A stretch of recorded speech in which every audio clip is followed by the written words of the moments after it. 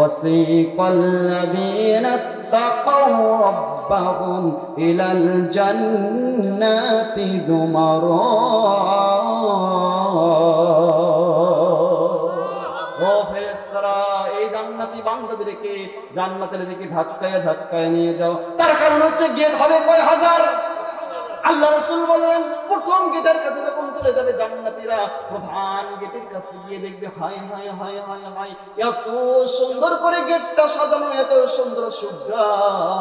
এত সুন্দর সুঘ্রাণ মিষ্কের সুঘ্রাণ পাওয়া যায় এত সুন্দর সুগন্ধি আর চতুর্দিকে ফুলে ফুলে সাজানো ফুল ফলের গাছ দিয়ে ভরা জান্নাতীরা মনে করবে এটাই মনে হয় আমাদের জন্য জান্নাত এই জন্য জান্নাতে যাওয়ার যে ৭০,০০০ গেট হবে ৭০,০০০ প্রথম গেটের কাছে সমস্ত পরিবর্তন হয় নাই জোরে কোন সুবহানাল্লাহ এ হচ্ছে সেই কোরআন এই কোরআন শুনতে আছে আজকের মাহফিলটাও আপনাদের একটা মসজিদ এবং মাদ্রাসার উন্নয়ন করবে তাই না ভাই এই কোরআন শোনার একটা আদব আছে না কথা বলেন না কোরআন শোনার একটা আদব আছে আচ্ছা এই কোরআনের কাছে থাকা ভালো না দূরে থাকা ভালো কাছে থাকা ভালো না দূরে থাকা ভালো তো মাঝখানে ফাঁকা রাখছেন তার কারণটা কি ভাই একটু কি বলবেন কি জন্য এই জায়গায় ফাঁকা অন্য কেউ আসবে ওই জায়গায় সেজন্য নাকি কথা বলেন না কেন একটু কষ্ট করে কি আগানো যাবে মারুফ বিল্লাহ ভাই ওখানে কেন আপনি উপরে আসেন একটু আগান একটু জিকির করার আর একটু সামনে আগান সবাই এক জায়গায় হইয়া আমরা সুন্দরভাবে সূরা জিলজাল থেকে কথা শুনবো ইনশাআল্লাহ একটু আগায় আসেন একটু জিকির করেন সুবহানাল্লাহ আলহামদুলিল্লাহ লা ইলাহা ইল্লাল্লাহ জোরে হবে সুবহানাল্লাহ আলহামদুলিল্লাহ লা ইলাহা ইল্লাল্লাহ দেখছেন ফৌজ সাহেব সাউন্ড দেখছেন ভাই আপনারা কি রোজা আগে থেকেই রাখছেন নাকি হ্যাঁ এটা জোরে বলেন তো সুবহানাল্লাহ আলহামদুলিল্লাহ লা ইলাহা ইল্লাল্লাহ লা ইলাহা ইল্লাল্লাহ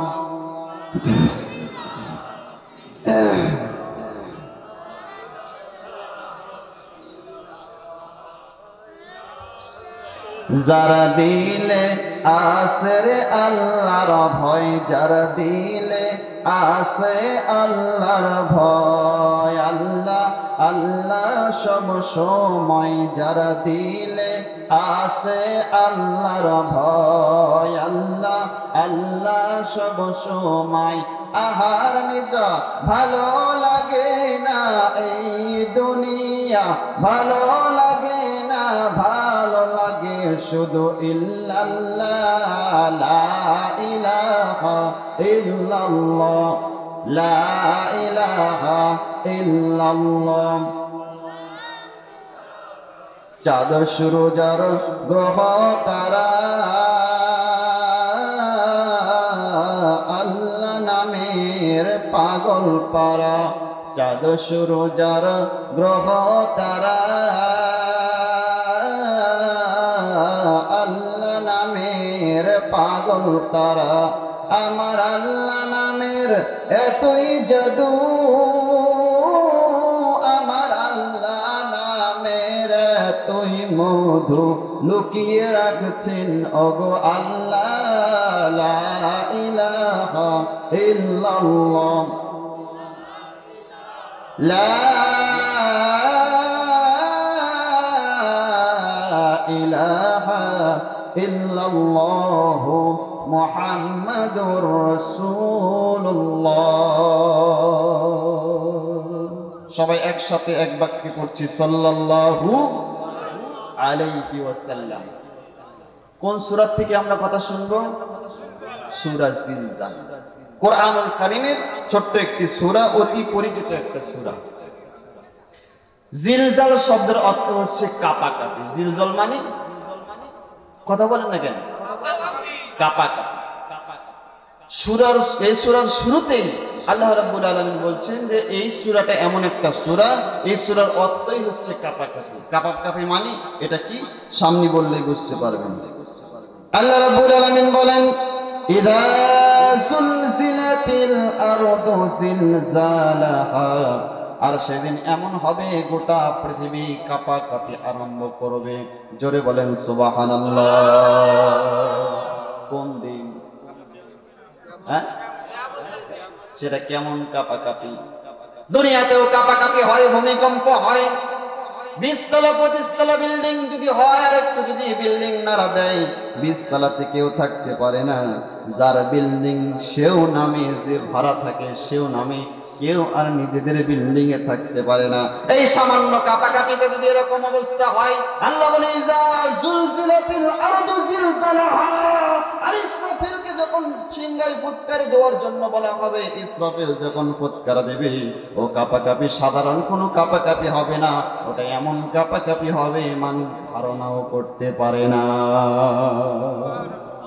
এই পৃথিবীতে আল্লাহ অসংখ্য ফেরেশতা সৃষ্টি করেছেন, তার ভিতরে প্রধান ফেরেশতা 4 জন। সবাই বলেন কয়জন?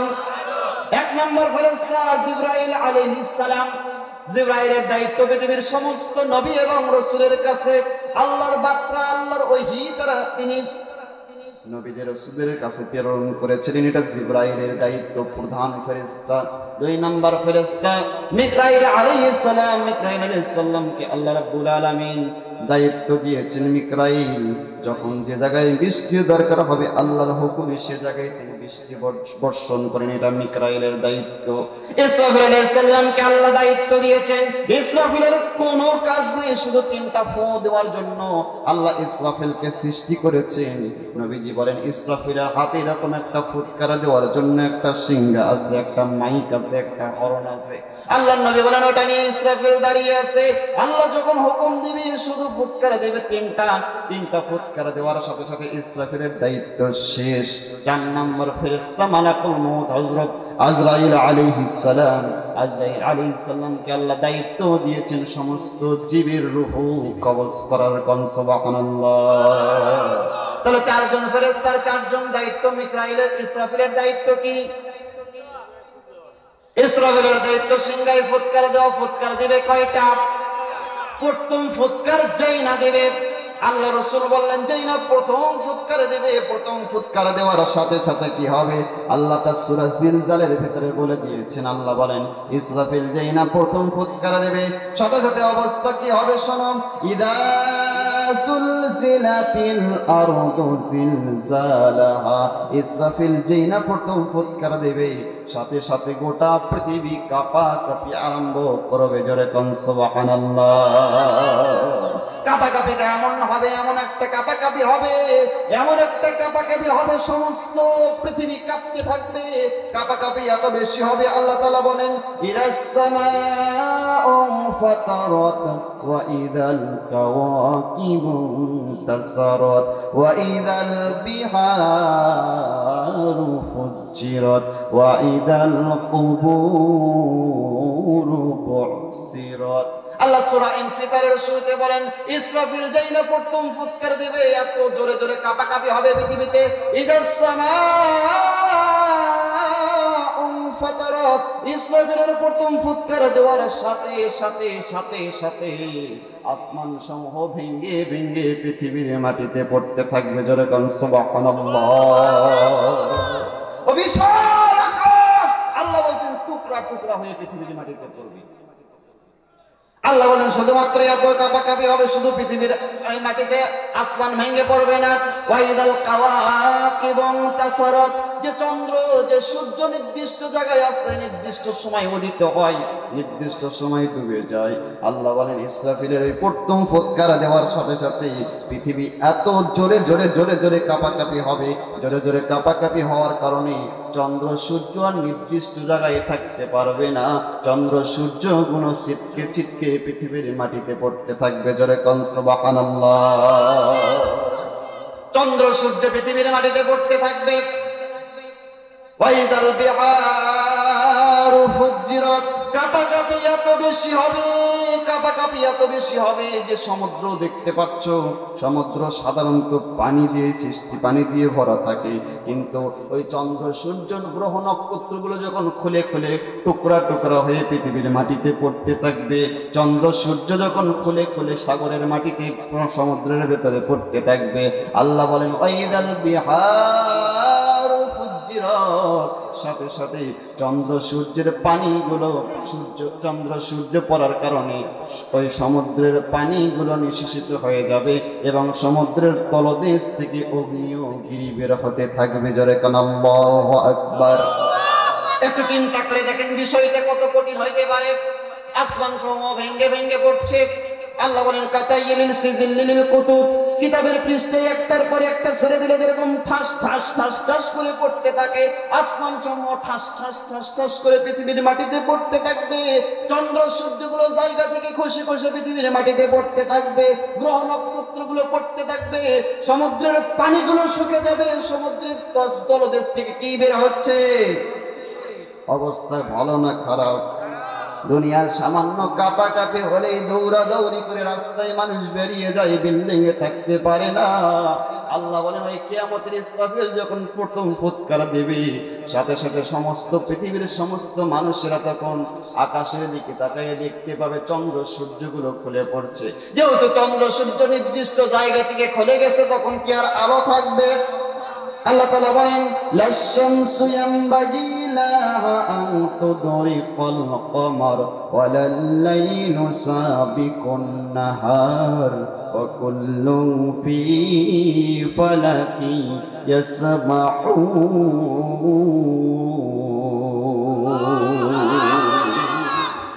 প্রবল জ্ঞানী হইবে যাহারা, আপন মনেতে বুঝিবে তাহারা, চন্দ্র পারে না আগে যাইবার, চন্দ্র পারে না সূর্যকে ধরতে, সূর্য পারে না চন্দ্রকে ছুঁইতে, রাত্রি পারে না আগে যাইবার, দিনের স্থান করে অধিকার, যাহারা যে স্থান বহাল রাখিয়া ভ্রমণ করেছে আল্লাহকে ভয় করিয়া। জোরে কান সুবহানাল্লাহ। যেহেতু চন্দ্র সূর্যগুলো খুলে পড়ছে, তখন কি আর আলো থাকবে? আলো যখন থাকবে না, মানুষের চোখ থাকবে কিন্তু দেখার কোনো শক্তি। আল্লাহ বলেন ফাইদা বারিকাল বাসারু ওয়া খাসাফাল কমারু ওয়া জুমিআশ শামসু ওয়াল কমার।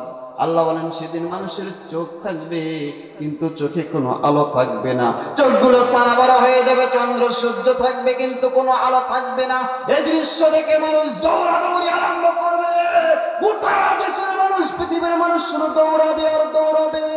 আল্লাহ বলেন শুধু এরকম হবে না, সমুদ্রের পানি শেষ হয়ে গিয়েছে, তল থেকে আগুন বের হচ্ছে, আর যে পাহাড় দিয়ে আমি আল্লাহ জমিনকে স্থির করেছিলাম, পৃথিবীকে স্থির করেছিলাম, ওয়া উমিয়াতিল আরদু ওয়াল জিবালু ফাদুক্কাতা দাক্কাতা ওয়াহিদা, ওই পাহাড়কে ধরে আমি আল্লাহ জমিনের সাথে একটা আছাড়া দেব, একটা ঠেকনা দেব, একটা ঝাঁকুনি দেব, সাথে সাথে ওয়াতাকুনুল জিবালু কাল ইহনিল মানফুস, পাহাড় সমূহ পৃথিবীর মাটিতে ধুলি করার মতন উঠতে থাকবে। একটু চিন্তা করেন, একটু চিন্তা করেন, একটু চিন্তা করেন, একটু বিবেক খাটান, কত বড় কঠিন দৃশ্য হইতে পারবে। ফুৎকার দেওয়া লাগতো কয়টা?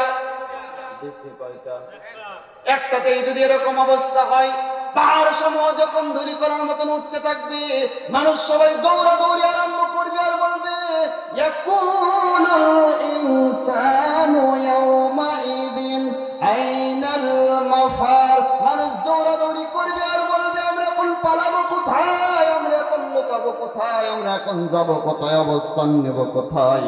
আল্লাহ সাথে সাথে জবাব দিয়ে বলবেন কাল্লা লা ওয়াদারা ইলা রাব্বিকা ইয়াওমাইযিনিল মুস্তাকার। ও পৃথিবীর মানুষরা, আজকে তোমার রবের সামনে তোমাদের উপস্থিত হওয়া ছাড়া, রবের সামনে দাঁড়ানো ছাড়া পালানোর কোনো জায়গা না। দৃশ্য কত কঠিন হতে থাকবে। ফুৎকার দেওয়ার কথা ছিল মাত্র 3টা, মাত্র একটা ফুৎকার দিয়েছে, তাতেই মানুষ বলবে এখন আমরা কোথায় যাব, কোথায় পালাবো? আল্লাহ বলেন ইসরাফিল তোমার তো দায়িত্ব 3টা ফুৎকার দেওয়া, কেবল না একটা ফুৎকার দিয়েছো, দ্বিতীয় ডিউটি পালন করো। আল্লাহর হুকুম পাওয়ার সাথে সাথে নবীজি বলেন ইসরাফিল আলাইহিস সালাম দ্বিতীয় ফুৎকার দিয়ে ফেলবে। যেই না দ্বিতীয় ফুৎকার দেবে, আল্লাহর নবী বলেন ওই ফুৎকারের আওয়াজ এত বেশি হবে, আওয়াজটা এত জোরে হবে, আওয়াজটা এত জোরে হবে, দ্বিতীয় ফুৎকারের আওয়াজ এত জোরে হবে। রাসূলুল্লাহ বললেন দ্বিতীয় ফুৎকার দেওয়ার সাথে সাথে পৃথিবীতে যত প্রাণী ছিল সমস্ত প্রাণী কান ফেটে মারা যাবে। ফুৎকার দেওয়ার কয়টা? সমস্ত প্রাণী যখন মারা গেছে, মানুষ নাই, কোনো প্রাণী নাই, সব মরে পড়ে গেছে। আল্লাহ এবার মালাকুল মউতকে ডাক দিবে, মালাকুল মউত, ও মালাকুল মউত কোথায়? মালাকুল মউত হাজির হয়ে বলবে রব্বুল আলামিন আমি উপস্থিত। আল্লাহ বলবেন মান বাখিয়া ইয়া মালাকুল মউত, বুখারীর বর্ণনা, মান বাখিয়া ইয়া মালাকুল মউত, হে মালাকুল মউত আর কে বাকি আছে পৃথিবীতে?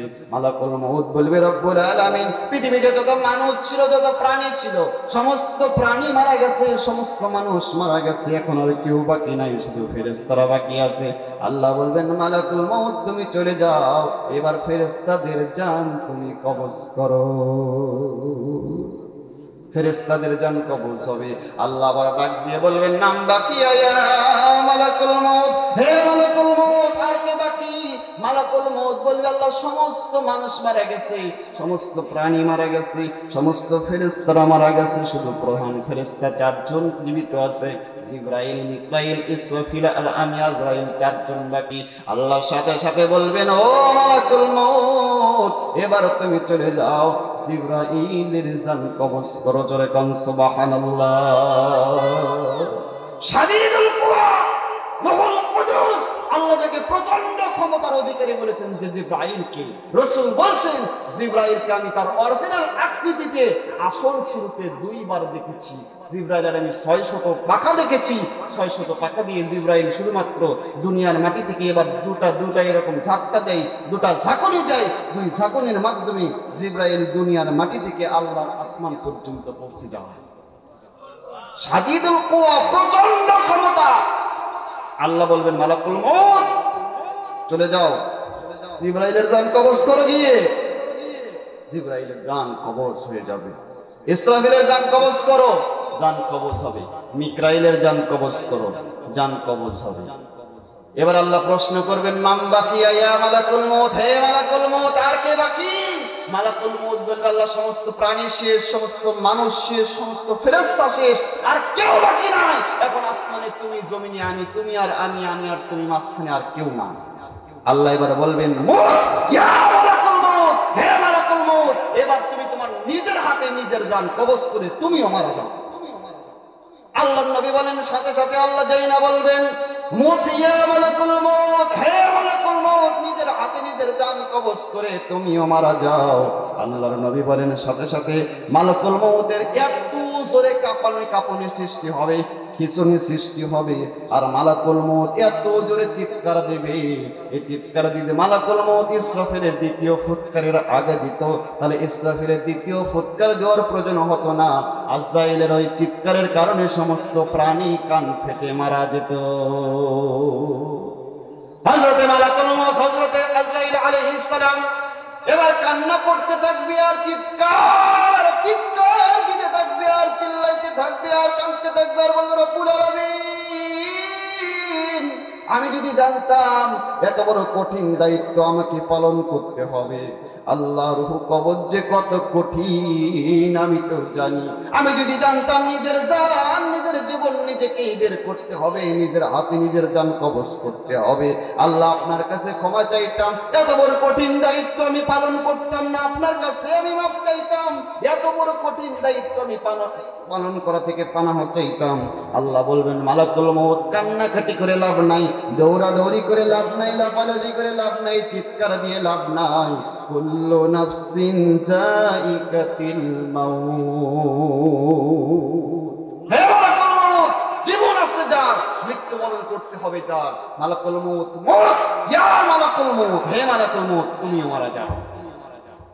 আল্লাহ নবী বলেন সাথে সাথে মালাকুল মউত চিল্লাইতে চিল্লাইতে দৌড়াইতে দৌড়াইতে দৌড়াইতে দৌড়াইতে গোটা পৃথিবী দৌড়াদৌড়ি করতে করতে করতে করতে তিনি চলে যাবে জান্নাত এবং জাহান্নামের মাঝখানের একটা জায়গার নাম হচ্ছে আরাফ।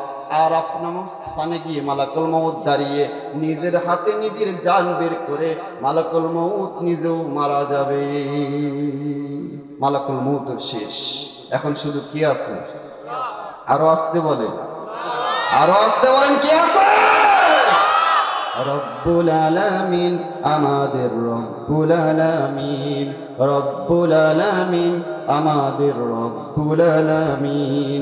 কে গড়েছেন আকাশ মাটি অবাক প্রকৃতি, কে দিয়েছেন ঘুমান্ত রাত মিষ্টি প্রভাতি, বিশ্ব নিখিলকার ইশারার ক্ষমতার অধীন। রব্বুল আলামিন, আমাদের রব্বুল আলামিন।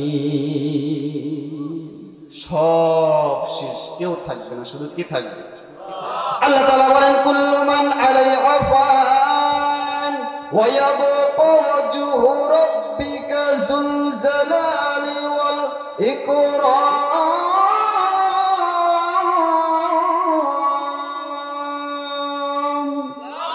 আল্লাহ বলেন পৃথিবীতে যা দেখতে পাচ্ছ সব লয় হবে, ক্ষয় হবে, শেষ হয়ে যাবে, কেবলমাত্র আমি আল্লাহ থাকবো, আমি ছাড়া কিচ্ছুই থাকবে না। সব শেষ। ফুৎকার দেওয়া লাগতো কয়টা? দেশে কয়টা? আর একটা তো বাকি, তার আগে কি হয়েছে? সব শেষ।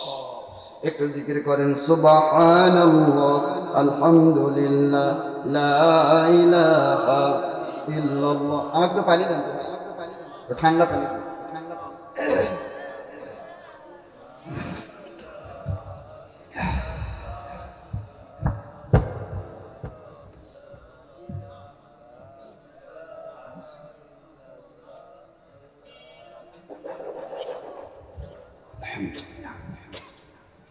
لا إله إلا الله محمد رسول الله صلى الله عليه وسلم। ইসরাফিলের ফুৎকার দেওয়ার কথা তিনটা দিচ্ছে, যেহেতু দুটা ফুৎকার দিয়েছে, 3 নাম্বার ডিউটি এখন ইসরাফিলের দায়িত্ব পালন হয় নাই। আল্লাহ এবার বলবেন ইসরাফিলকে আল্লাহ ডাক দেবেন, আল্লাহ ইসরাফিলকে জীবিত করবেন। আল্লাহ তো সময় লাগে না, সময় লাগে। আল্লাহ বলেন ইন্নামা আমরুহু ইযা আরাদা শাইআন আন ইয়াকুলা লাহু কুন ফায়াকুন।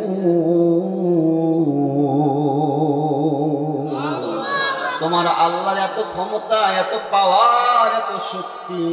তোমার আল্লাহ যখন কোনো কিছু করতে চায় শুধুমাত্র কোন বলার সাথে সাথে সেটা ফায়াকুন হয়ে যায়। জোরে কোন আল্লাহু আকবার। দুটা অক্ষরের মালিক আমার আল্লাহ। আল্লাহ বলেন ইসরাফিল ঘুমিয়ে আছো কেন?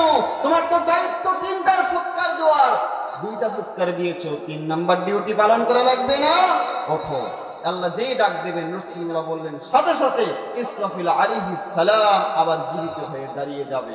ইসরাফিল যখন জীবিত হয়ে দাঁড়িয়ে যাবে, আল্লাহ বলেন ইসরাফিল এবার তুমি তোমার 3 নাম্বার ডিউটি পালন করে তোমার ডিউটি সমাপ্ত করো।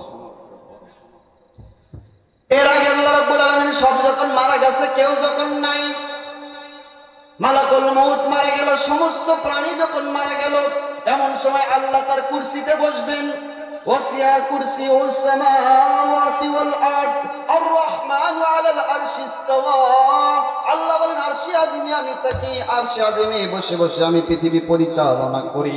আরশে আযিমে বসে আমি সব যখন শেষ হয়ে যাবে, আরশে আযিমে বসে আল্লাহ এবার দুনিয়ার দিকে মনোনিবেশ করবেন, নজর দেবেন, দুনিয়ার দিকে তাকাবেন, দুনিয়াকে প্রশ্ন করবেন ইয়া দুনিয়া আইনা আশজারু, হে দুনিয়া তোমার সেই সবুজ গাছগুলো আজকে কোথায়? তোমার সেই সবুজ গাছগুলো আজকে কোথায়?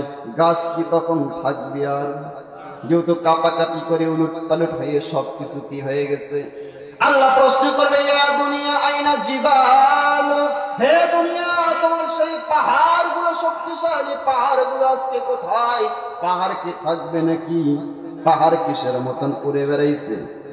ধুলি কণার মতন উড়ে বেড়াইছে, পাহাড় নাই। আল্লাহ প্রশ্ন করবেন, ইয়া দুনিয়া আইনা আনহারু, হে দুনিয়া তোমার সেই নদীগুলো আজকে কোথায়? নদী থাকবে নাকি? নদীর পানি কি হয়ে গেছে? নদীর তলদেশ থেকে কি বের হচ্ছে?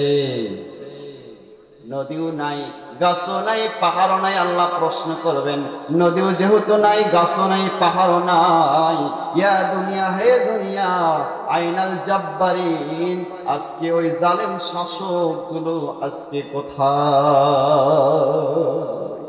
আইনাল জাব্বারিন কোথায়? সেই জালেমেরা যারা অন্যায় করে মানুষের উপর জুলুম নির্যাতন চালাইতো, বিশ্ববরণ্য আলেমদেরকে যারা মিথ্যা মামলা দিয়ে ফাঁসির কাস্তে ঝুলাইতো, আইনাল জাব্বারিন সেই জালেমেরা আজকে কোথায়? আল্লাহ প্রশ্ন করবেন, আইনাল জাব্বারিন কোথায়? তারা থাকবে সেদিন? থাকবে? কিসের বাহার দেখেন আপনি? কিসের মাতব্বরি করেন আপনি? কিসের নেতাগিরি দেখেন আপনি? আপনি যত বড় নেতা হন, যত বড় পাওয়ারফুল শক্তিশালী মানুষ হন, আল্লাহর কোরআনের চাইতে আপনার সম্মান, আপনার মর্যাদা কখনো বেশি হইতে পারে না। কথা বলেন না কেন মুসলমান? কোরআনের চাইতে কোন নেতার সম্মান বেশি? কোন নেত্রীর সম্মান বেশি? সুতরাং কোরআনের আলেমদের উপর যারা জুলুম নির্যাতন চালাইছে, এই পৃথিবীতে তারা যেরকম অপমানিত হয়েছে এবং হচ্ছে, কিয়ামতের মাঠেও তারা অপমানিত হবে, তারা সম্মান নিয়ে দাঁড়াইতে পারবেন না। আল্লাহ বলবেন, আইনাল জাব্বারিন কোথায়? সেই জালেমগুলো আজকে কোথায়? কোনো জবাব নাই। সেদিন জবাব দিবে কি করে? এখনই তো জবাব নাই। কই সে কিয়ামত? সে অনেক পরে, এখনই তো জবাব নেই ভাই। এই আলোচনা করছিলাম বগুড়া জেলার শিবগঞ্জ থানার কিচর নামক একটা উপজেলা আছে, সে জায়গায় কিচর না, শিবগঞ্জের কিচর নামের একটা জায়গা আছে, পীরব নামে একটা জায়গা আছে, ওখানে একটা কিচর নামে গ্রাম আছে। যাই হোক, তো সে জায়গায় আলোচনা যখন এই পর্যন্ত করছি, করার পর ৩-৪ জন পুলিশ নিয়ে চেয়ারম্যান সাহেব এসে বলছে, হুজুর আপনি কি কন? এগুলো কি কন? আপনি কি? তাই বলে কি বলছি? আপনি কি বোঝেন নি? আমি তো বাংলা দিয়ে কথা বলি, তো আপনি কি বুঝতে পারতেছেন না কি বলছি? তা বলছে যে আপনি এই সমস্ত আলোচনা করেন না, এই কোন রাজনীতি ফাজনীতি কোরআনের মাহফিলে চলবে না। আচ্ছা, আমি কি কোনো দলের কথা বলছি? তা আপনার গায়ে পড়লো কেন? পরে মাহফিলটা আমাদেরকে পণ্ড করতে হতো, পাওয়ারে ছিল, শক্তি বেশি ছিল, তখন তো আর আমরা এতিমের মতন কিছু বলতে পারিনি, কিছু বললেই খবর আছে। এই জন্য আমরা নেমে গিয়েছিলাম। আল্লাহ বলবেন, আইনাল জাব্বারিন কোথায়?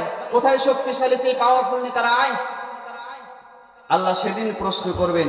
আমার কাছে মনে হচ্ছে এখনই জিজ্ঞাসিত হচ্ছে, কোথায় সেই স্বৈরাচার জালেমগুলো যারা আলেমদের মুখের সামনে থেকে মাইক কেড়ে নিয়ে নিজেদের মন মস্তিষ্ক প্রসূত কথা বলতো, আলেমদেরকে অপমান করতো, তারা আজকে কোথায়? সুতরাং নেতাগিরি, ক্ষমতা, শক্তি যতই প্রকাশ করুন, আল্লাহর চাইতে, কোরআনের চাইতে, রসুলের চাইতে পৃথিবীতে কখনো কোনো কিছু মর্যাদার কিতাব কিংবা মর্যাদার জিনিস হইতে পারে না। আল্লাহ বলেন, আইনাল জাব্বারিন কোথায়? তারা কোন জবাব যখন হবে না, আল্লাহ এবার রাগান্বিত হয়ে প্রশ্ন করবেন, লিমানিল মুলকুল ইয়াউম, আজকের এই ক্ষমতাকার? লিমানিল মুলকুল ইয়াউম, আজকের এই ক্ষমতাকার? লিমানিল মুলকুল ইয়াউম, আজকের এই ক্ষমতাকার? 3 বার আল্লাহ প্রশ্ন করবেন, আজকের এই ক্ষমতাকার, আজকের এই ক্ষমতাকার, আজকের এই ক্ষমতাকার। কোন জবাব যখন হবে না, কোন প্রশ্নের উত্তর যখন হবে না, আল্লাহ নিজের প্রশ্নের জবাব নিজেই দিয়ে কি বলবেন? আল্লাহ কোরআনুল কারীমের ভেতরে তা উঠায়া দিয়েছেন মুমিনদের শিক্ষার জন্য। সূরা মুমিনের 16 নম্বর আয়াতে আল্লাহ বলেন, কোন জবাব যখন হবে না, আমি আমার প্রশ্নের জবাব নিজেই দিয়ে বলবো, লিল্লাহি ওয়াহিদিল কাহ্হার,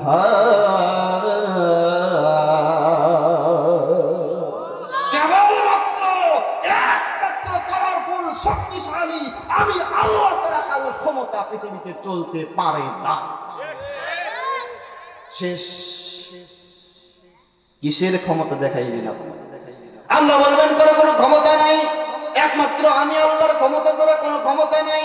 আল্লাহ ডাক দিবেন, ইসরাফিল, ও ইসরাফিল, তোমার দায়িত্ব ছিল 3টা ফুৎকার দেওয়া, 2টা ফুৎকার দিয়েছো, ওঠো 3 নাম্বার ডিউটি পালন করো। যেই না আল্লাহ বলবেন 3 নাম্বার ডিউটি পালন করো, সাথে সাথে ইসরাফিল আলাইহিস সালাম তার মুখের সামনে সিংহা থাকবে অথবা মাইক থাকবে অথবা হরণ, যেটাই বলেন যেটা আছে ওটা নিয়ে ইসরাফিল আলাইহিস সালাম যখন 3 নাম্বার ফুৎকার দেবে, আল্লাহ বলেন 3 নাম্বার ফুৎকার দেওয়ার সাথে সাথে আদম আলাইহিস সালাম থেকে শুরু করে নিয়ে মুহাম্মদ রাসূলুল্লাহ পর্যন্ত, এখান থেকে নিয়ে কিয়ামত পর্যন্ত যত নবী, যত রাসূল, যত মানুষ পৃথিবীতে এসেছিল, ইসরাফিলের 3 নাম্বার ফুৎকার শোনার সাথে সাথে সমস্ত মানুষগুলো আবার কবর থেকে জীবিত হয়ে হয়ে উঠবে। জোরে কান সুবহানাল্লাহ। সবাই জীবিত হয়ে উঠবে। কি করে উঠবে, কেমনে উঠবে? যদি দৃষ্টান্ত চান তাহলে আপনি দৃষ্টান্ত নিতে পারেন আলুর গাছ থেকে, পেঁপের গাছ থেকে, বিভিন্ন গাছ থেকে দৃষ্টান্ত এভাবে নেওয়া যায়। আপনারা কি গোল আলু চিনেন? কি নাম? হ্যাঁ, দেশি আলু, গোল আলু। যে আলুটা রোপণ করা হয়, আজরা হয়, মানে জমিনে রোপণ করার পর আলুর গাছ থেকে যখন আলুর গাছ বের হয়, একটা আলু থেকে কি একটা গাছ বের হয়? বেশ কয়েকটা গাছ বের হয়। জমিনের উর্বরতা শক্তি যত বেশি, গাছ তত বেশি। গাছ যখন বেশি হয়, ওই আলুর জমিওয়ালা, জমিনে মালিক যদি চেষ্টা করে ও জায়গায় সেচ দিবে, সার দিবে, পরিচর্যা করবে, গাছটা বড় হবে। কিন্তু যত সার দিক, যত সেচ দিক, যতই পরিচর্যা করুক না কেন, 2.5-3 মাস পর এখন যদি সেচ দেওয়া হয়, সার দেওয়া হয়, আলুর গাছ কি আর বেঁচে থাকবে? কি হয়? কই যায় আলুর গাছ? কই যায়? তার মানে আলুর গাছ শুকে শেষ। সমস্ত আলুর গাছগুলো আলুর ভেতরে ঢুকে একটা আলু থেকে অসংখ্য আলু তৈরি হয়ে আলুর ভেতরে আলুর গাছ আত্মগোপন করে। আপনি ওই আলুটা উঠে নিয়ে আসলেন, বাড়িতে নিয়ে আসার পর ওই আলুটা আবার আপনি বাছাই করে, যেটা বেসন আলু বলে, সেই আলুটা আপনি আবার হিমাগারে অথবা স্টোর বলেন, যেটাই বলেন, সে জায়গায় নির্দিষ্ট জায়গায় রেখে আসেন না আপনারা? কি কোন জায়গায় রাখেন? হিমাগারে রাখেন। তো সে জায়গায় রেখে আগামী বছর, 1 বছর পর সেখান থেকে আবার ওই আলু নিয়ে এসে আপনি যখন বাড়িতে নিয়ে এসে আবার আলুর গাছ মানে জমিতে রোপণ করেন, ওই আলুর ভেতর থেকে কি আবার নতুন করে আলুর গাছ বের হয়? হয়, হয়। আচ্ছা, আপনি যদি ওই আলুটা কাটতেন, কাটার পর কি কোনোদিন কোনো আলুর গাছের ভিতরে আলুর পাতা বের হয়েছে? কোনো আলুর ভেতরে আলুর পাতা বের হয়েছে? আলুর গাছের ডাল বের হয়েছে? তাহলে এই গাছ থাকলো কোন জায়গায়? তার মানে আলুর ভেতরে আত্মগোপন করে থাকে। ভালো করে বুঝবেন কথা, যেই জিনিসের যেটা থেকে জন্ম, সেই জিনিস সেটার ভেতরে আত্মগোপন করে থাকে। আলুর গাছ তো আলু থেকে জন্ম, এই জন্য আলুর গাছ আলুর ভেতরে আত্মগোপন করে। একটা বিশাল বট গাছ, ছোট্ট একটা বট বীজের ভেতরে আত্মগোপন করে থাকে। একটা বিশাল কাঁঠাল গাছ একটা ছোট্ট বীজের ভেতরে আত্মগোপন করে থাকে। যার মানে যেখান থেকে যার জন্ম, তার ভেতরে সে আত্মগোপন করে থাকে। এবার সবাই বুদ্ধিমানের মতন জবাব দেন তো, মানুষের জন্ম কিসের থেকে? মাটি থেকে। যেহেতু মাটি থেকে মানুষের জন্ম, আল্লাহ বলেন মিনহা খালাকনাকুম ওয়া ফিহা নুইদুকুম ওয়া মিনহা নুখরিজুকুম তারাতান উখরা। আল্লাহ বলেন যেহেতু মাটি থেকে তোমাদেরকে সৃষ্টি করা হয়েছে, যে জিনিসের জন্ম যেটা থেকে সে জিনিস তার ভেতরে আত্মগোপন করে। যেহেতু মানুষ সৃষ্টি মাটি থেকে, তোমাদেরকে মাটির ভেতরে রেখে দেওয়া হবে। মাটির ভেতরে তোমরা মাটির সাথে মিশে যাবে আলুর গাছের মতন। এরকম খুঁজে পাওয়া যাবে না, অস্তিত্ব থাকবে না, হাড্ডি পর্যন্ত থাকবে না, একেবারে মাটি হয়ে যাবে। কিন্তু 1 বছর পর আলুর গাছ আলু থেকে যখন আবার বের হয়, যেরকম বের হয়, তোমাদেরকে যখন ডাক দেওয়া হবে ইসরাফিলের 3 নাম্বার ফুৎকারের সাথে সাথে সমস্ত মানুষগুলো আবার জমিন থেকে আলুর গাছের মতন বের হয়ে আল্লাহর সামনে উপস্থিত হবে। যেরকম আল্লাহু আকবার। কথা কি ক্লিয়ার? অত দৃষ্টান্ত দরকার নাই। আল্লাহ বলছেন উঠতে হবে, তার মানে উঠালে, এটাই ক্লিয়ার। সমস্ত মানুষের কানে যখন ইসরাফিলের 3 নাম্বার আওয়াজ চলে যাবে, 3 নাম্বার ফুৎকার চলে যাবে, মুমিনেরা কবরের ভিতরে ঘুমিয়েছিল। ওই মুমিনেরা কবরের ভিতরে ঘুমিয়েছিল, যেই না ইসরাফিলের 3 নাম্বার ফুৎকার হবে, সাথে সাথে সমস্ত মুমিনেরা বলতে থাকবে ইয়া ওয়াইলানা মান বা'সানা মিন মারকাদিনা হাযা মা ওয়া'দার রাহমান ওয়া সাদাকাল মুরসালুন।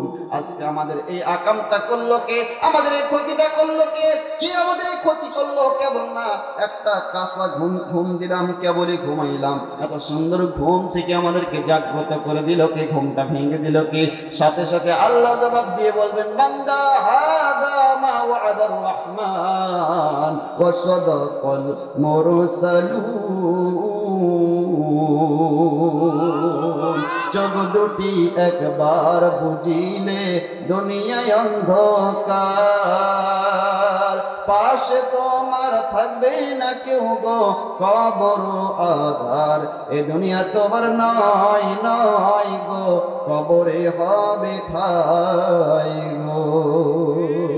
দুনিয়াটা মুমিনের জেলখানা, জেলে সুখে কেউ থাকে না, কাফেরের জন্য বেহেশখানা। নবীর হাদিস খুলে দেখো না, শান্তি যদি চাও গো মুমিন, আল্লাহ রসুল গাও, নামাজ রোজা পড়ো গো দরুদ, নামাজ রোজা পড়ো গো দরুদ। শান্তি যদি চাও, এ দুনিয়া তোমার নয় নয় গো, কবরে হবে ঠাই গো। আল্লাহ বলবেন হাযা ওয়াদার রহমান, ও বান্দা রাগান্বিত হয়ো না, কষ্ট নিও না, তোমার কষ্ট নেওয়া লাগবে না। তোমার আল্লাহ যে ওয়াদা দিয়েছিল হাসরে উঠতে হবে, হাসরের ময়দান আজকে শুরু হচ্ছে, তোমরা সবাই আমি আল্লাহ আমার সামনে উপস্থিত হও, জোরে কোন সুবহানাল্লাহ। সেদিনকে তো সবাইকে উঠতে হবে নাকি? কারা কারা উঠবেন না হাত তোলেন। ওটাই লাগবে, না উঠে করবেন কি? আপনি আত্মগোপন করে থাকতে পারবেন না, আপনাকে বের করে দেওয়া হবে মাটি থেকে। সবাই যখন মাটি থেকে উঠবে, রাসূল সাল্লাল্লাহু আলাইহি ওয়াসাল্লাম বলেন, সিরিয়ার মাটি হবে আল্লাহর সিংহাসন, সিরিয়ার মাটিতে আল্লাহ তার কুরসি নিয়ে বসে। এই দুনিয়াতে আল্লাহ পৃথিবীর মানুষ সবাইকে এক জায়গায় করে, আদম আলাইহিস সালাম থেকে নিয়ে পর্যন্ত, এখান থেকে নিয়ে কিয়ামত পর্যন্ত যত হাজার হাজার কোটি কোটি মানুষ পৃথিবীতে আসবে, সবাইকে একত্রিত করা হবে। একত্রিত করার পর আল্লাহ এবার একটা আওয়াজ দেবে, আল্লাহ এবার ডাক দিয়ে বলবে, ও হাসরবাসীরা আজকে হাসরে উপস্থিত হও। সবাই যখন হাসরে উপস্থিত হতে থাকবে, আল্লাহ বলবেন, হাসরবাসীরা আজকে একে একে উপস্থিত হলে হবে না, ইয়াউমা নাদউ কুল্লু উনাসিন বিইমামিহিম। ও হাসরবাসীরা তোমরা সবাই তোমাদের নেতাকে নিয়ে নেতার সঙ্গে আমার সামনে উপস্থিত হও, জোরে কোন সুবহানাল্লাহ। এই জন্য দুনিয়াতে যারা হাবিজাবি নেতার অনুসরণ করছেন, সেদিন ধরা খাওয়া লাগবে। আপনি যে পাগলের মতন বলেন হুজুর রাজনীতি ফাজনীতি করবেন না, আপনি আসলে একটা পাগল। আমি রাজনীতি করলাম না, আল্লাহ কিয়ামতের মাঠে রাজনীতি দিয়েই শুরু করতেছে। সূরা বানী ইসরাঈল ৭১ নম্বর আয়াত।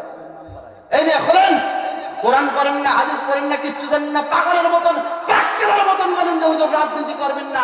রাজনীতি আমি করি না, রাজনীতি করার ইচ্ছা আমাদের নাই, রাজনীতি আপনারাই করেন, কিন্তু কিয়ামতের দিন রাজনীতি দিয়েই আপনাকে উঠতে হবে, রাজনীতি ছাড়া উঠতে পারবেন না আপনি। আল্লাহ বলেন, ইয়ামারা দুকুল্লু নাসিম বিইমামিহিম, ওয়া হাসরবাসীরা একা একা আসতে হবে না, প্রত্যেকটা আদম সন্তান যে নেতার অনুসরণ করেছে ওই নেতার সাথে আজকে উপস্থিত হও। তাহলে আপনি কোন নেতার অনুসরণ করবেন? কোন? আপনার নেতার নাম হবে মুহাম্মাদুর রাসূলুল্লাহ সাল্লাল্লাহু আলাইহি ওয়াসাল্লাম। মুহাম্মদ সাল্লাল্লাহু আলাইহি ওয়াসাল্লামকে বাদ দিয়ে অন্য নেতার যদি অনুসরণ করেন, আল্লাহর কসম আপনি ধরা খাবেন সর্বপ্রথম কিয়ামতের মাঠে। আল্লাহ বলবেন, এই হাসরবাসীরা একে একে আসতে হবে, মিনি নেতা সহকারে আসো।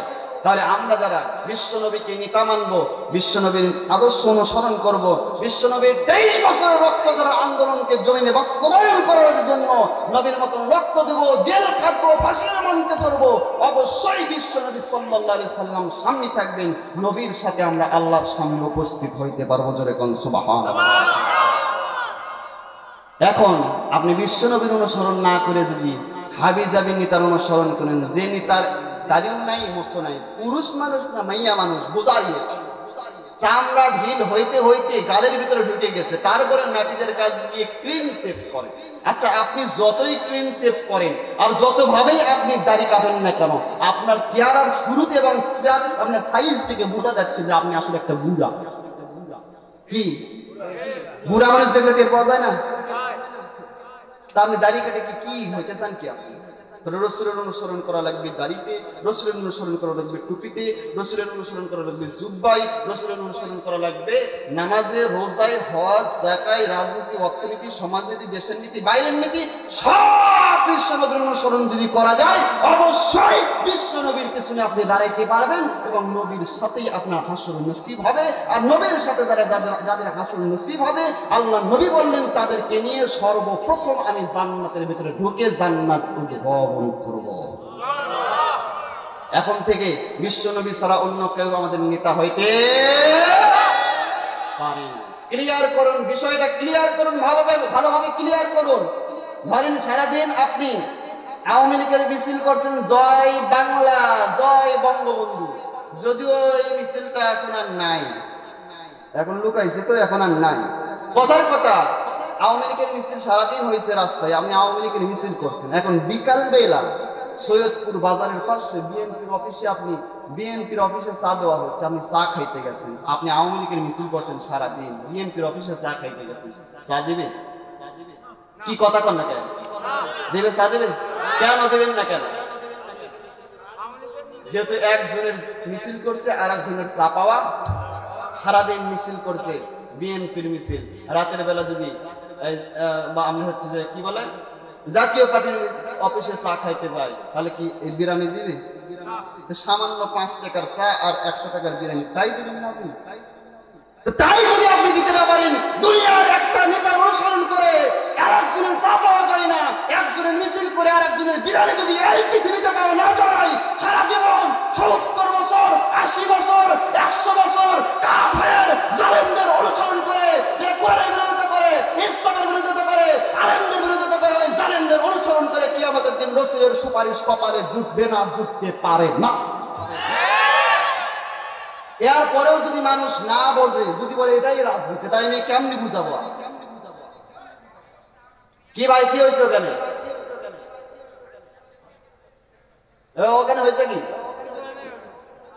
কি ভাই? কথা কি আমি ক্লিয়ার করতে পারছি? আল্লাহ বলবেন নেতা সহকারে উপস্থিত হও, যে নেতার অনুসরণ করেছেন সেই নেতার সাথে থাকা লাগবে। বিশ্বনবীর অনুসরণ করবেন নামাজে, রোজায়, হজে, যাকাতে, দাড়ি টুপিতে, ইনশাআল্লাহ রাসূলের সাথে সুপারিশ নসিব হবে ইনশাআল্লাহ। আল্লাহ আমাদেরকে বিশ্বনবীর অনুসরণ করার তৌফিক দান করো। সবাই বলেন আমিন। আরো জোরে হবে আমিন, আরো জোরে বলেন আমিন, আরো জোরে বলেন আমিন। দেখেন তো কেউ ঘুমায় নাকি ভাই? আশেপাশে যদি কেউ ঘুমায়, তার কানের কাছে মুখটা আস্তে করে দিয়ে জোরে করে বলবেন আমিন। দেখি ঘুমায় কি, খারাপ লাগতেছে? আল্লাহ বলবেন সবাই নেতা সহকারে উপস্থিত হও। 5 নাম্বার ফুৎকার হচ্ছে, 3 নাম্বার ফুৎকারে নেতা সহকারে উপস্থিত হও। নেতা সহকারে যখন উপস্থিত হবে, আল্লাহ সূরা জিলজালের ভেতরে বললেন সবাই তার নেতা সহকারে উপস্থিত হতে থাকবে। সবাই যখন নেতা সহকারে উপস্থিত হবে, ইয়াউমাইযিন ইয়াসদুরুন নাসু আসতাতান, প্রত্যেকটা মানুষ দলে দলে বিভক্ত হবে, নেতার সহকারে উপস্থিত হবে। হাসরের মাঠে প্রধান দল হবে 3টা। সবাই বলেন কয়টা? 3টা দল, বিএনপি, আওয়ামী লীগ এবং জামাত। নাকি পাগল মানুষ? পাগল কাকে বলে? মানুষ অনেকেই এরকম ধান্দা, এরকম চিন্তাই করে ফেলছে যে জামাত ইসলাম করলেই জান্নাত পাওয়া যায়।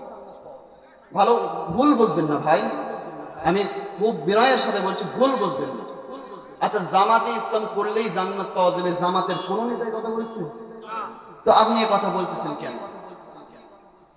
জামাত যে আদর্শ দিয়েছেন বিশ্বনবীর আদর্শ, সেটা যদি না মানেন, 5 ওয়াক্ত নামাজ না পড়লে জামাতের রুকন হওয়া যায় না। নামাজ পড়া লাগে, রিপোর্ট লেখা লাগে, 3 মাসের রিপোর্ট ঠিক করা লাগে, তারপরে কর্মী হওয়া যায়। আপনি নামাজই পড়েন না আর আপনি জামাত ইসলামের মিছিল করে আপনি জান্নাত দেবেন? জান্নাত কি এতই সহজ? এত সহজ জান্নাত নয়, ভুল বুঝবেন না। এরপরে আমি জামাতের লোককে ছোট করছি না। আমার কাছে জামাতের ভাইয়েরা যেরকম, বিএনপির ভাইয়েরা সেরকম, হেফাজতের ভাইয়েরা সেরকম, যদিও আওয়ামী লীগকে অত ভালোবাসতে পারি না। কারণ যে জ্বালান জ্বালাইছে অত ভালো এখন বাসা সম্ভব হয় না, মন থেকে আসে না ভাই। এখন যাই বলেন আর তাই বলেন, খুশি হন আর বেজারান, আপনাকে অত ভালো আমি বাঁচতে পারি না, কারণ আপনি আমাদের কলিজার টুকরা তাদের স্পন্দনকে, বিশ্ববরেণ্য আলেমকে অন্যায়ভাবে 13টা বছর জেলখানায় বন্দি রেখে বিশ্ববরেণ্য আলেমকে শেষ পর্যন্ত বিষ প্রয়োগ করে হত্যা করেছেন। আপনাকে দেখলেই আল্লামা সাঈদীর কথা মনে হয়, জন্য আপনাকে ভালোবাসতে পারি না। একটাই কারণ, দল হিসাবে নয়, আল্লাহর কসম দল হিসাবে নয়। আওয়ামী লীগকে দূরে ঠেলে কখনো দেয়নি। আমি চাই না যে আপনি জাহান্নামে যান, আমিও চাই আপনার সাথে, আপনাকে নিয়ে একসাথে জান্নাতে যাই, এটা আমার কাম্য। আচ্ছা ভাই, আওয়ামী লীগের লোকেরা যদি একসাথে আমাদের সাথে জান্নাতে যায়, আমাদের জন্য কি জান্নাতের জায়গা কোনো কম হবে? বরং সবাই যদি একসাথে জান্নাতে যাইতে পারি, সেই সময় কোনে দিয়ে বুঝা দিয়ে বলতে পারি, এই সলিমুদ্দিন ওয়াজের মাহফিলে না আমাকে তুই নিষেধ করছিল, তখন একটা মজা হবে না? তখন একটা মজাই হবে আলাদা। সুতরাং সবাইকে নিয়ে আমরা একসাথেই জান্নাতে যাইতে চাই, কিন্তু সবাইকে ভালোবাসি, এটা বুঝতে হবে। শুধুমাত্র এই লিবাসধারী দল করলে হবে না, দল করতে হবে অন্তর থেকে, এবং সেটা অবশ্যই দলের ভেতরে যদি অনুসরণ করতে গিয়ে আল্লাহ রসুলের অনুসরণ থেকে বিমুখ হওয়া লাগে, ওই দল না বাদ না, রসুলের অনুসরণ বাদ, দল বাদ। কি বাদ? যদি জামাত হয় জামাত বাদ, বিএনপি হইলে, আওয়ামী লীগ হইলে, যে দল হবে সেই দলই বাদ। এখন কোনটা হবে আপনারা বলছেন? আল্লাহ বলবেন নেতা সভাপতি উপস্থিত হও মিয়া, দল হবে কয়টা? কি কথা বলেন না কেন? না ভয় পাইতেছে? ভয়ের দিন শেষ, স্বাধীন বাংলাদেশ। এখন আর মাইক কেড়ে নিয়ে কথা বলবে এরকম শক্তি কারো নাই। সাহস থাকলে আসেন, চাপাত দাঁত আপনার একটাও রাখিবার দেবে না।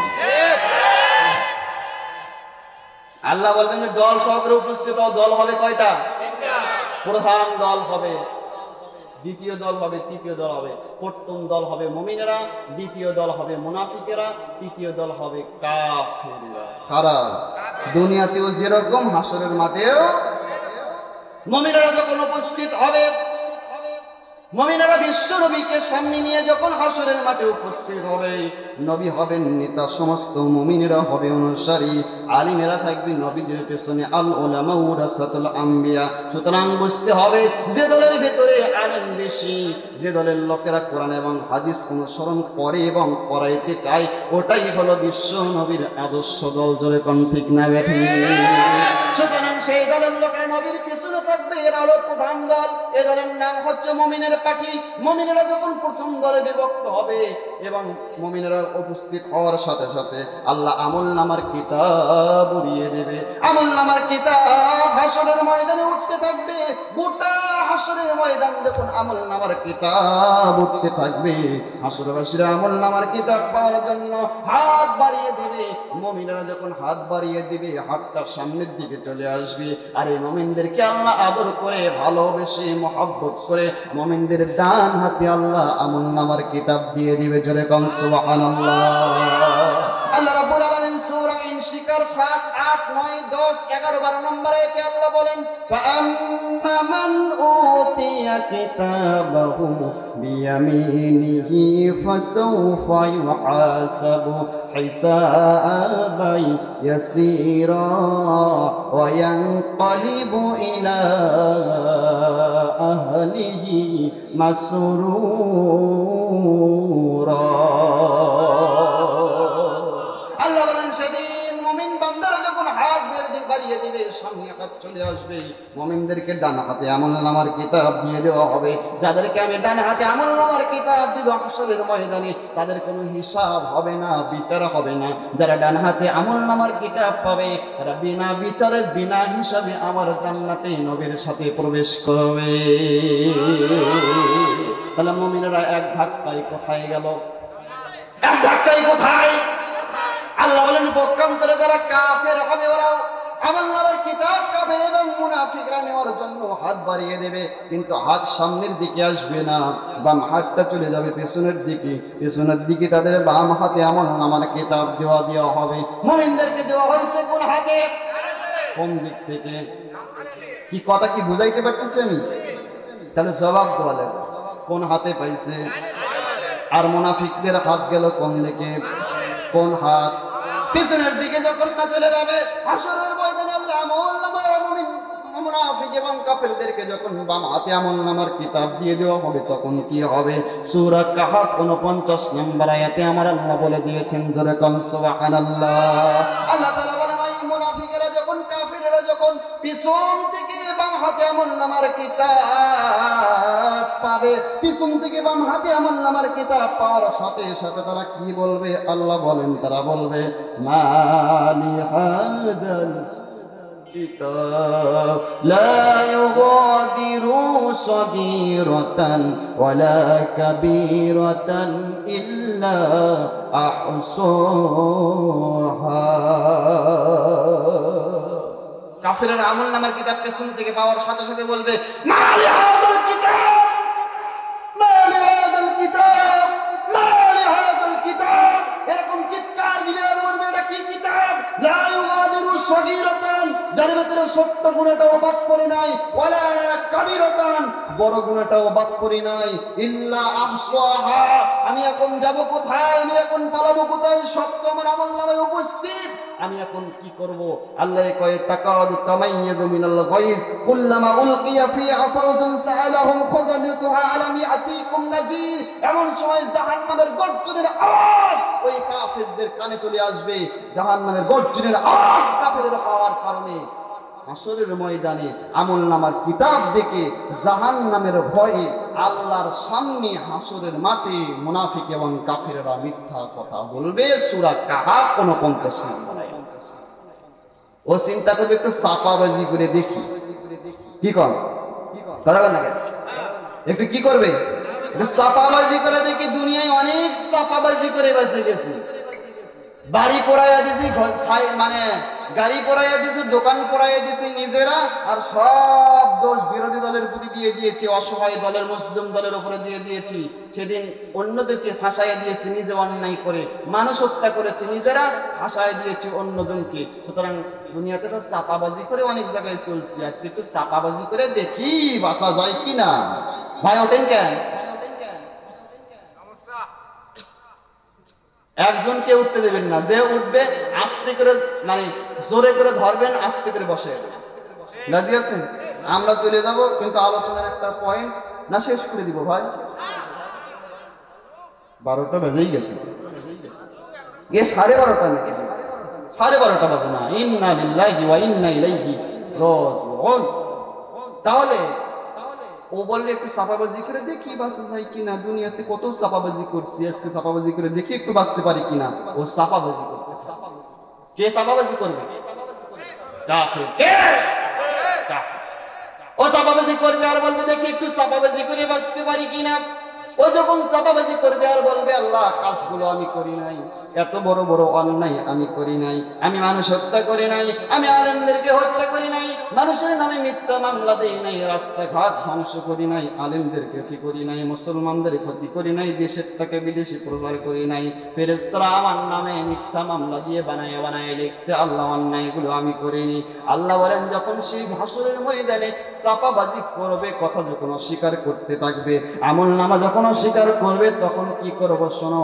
আমার আল্লাহর এত দয়া, আমার আল্লাহর এত মায়া, হাসরের ময়দানে কি হবে আল্লাহ পুরা কোরআনে তাওফিকের সিক্রেট বর্ণনা করে দিয়েছেন। জোরে কোন সুবহানাল্লাহ। তার মানে পরীক্ষার আগে আল্লাহ কোশ্চেন দিয়ে দিয়েছেন। ভালো করে বুঝবেন কথা। একটা ছাত্রকে যদি 6 মাস আগে কোশ্চেন দিয়ে দেওয়া হয় আর বলা হয় এই 5টা প্রশ্ন মুখস্থ করবা, 5 বিষয় 100 মার্ক তুমি পাবা, 5টা প্রশ্ন মুখস্থ করার জন্য যদি 6 মাস আগে কোশ্চেন দিয়ে দেওয়া হয়, 6 মাস ধরে ছাত্র পড়ছে, তারপরেও যদি 33 পায়া পাস না করে 20 পায়া ফেল করে, ও কি ভালো ছাত্র না খারাপ ছাত্র?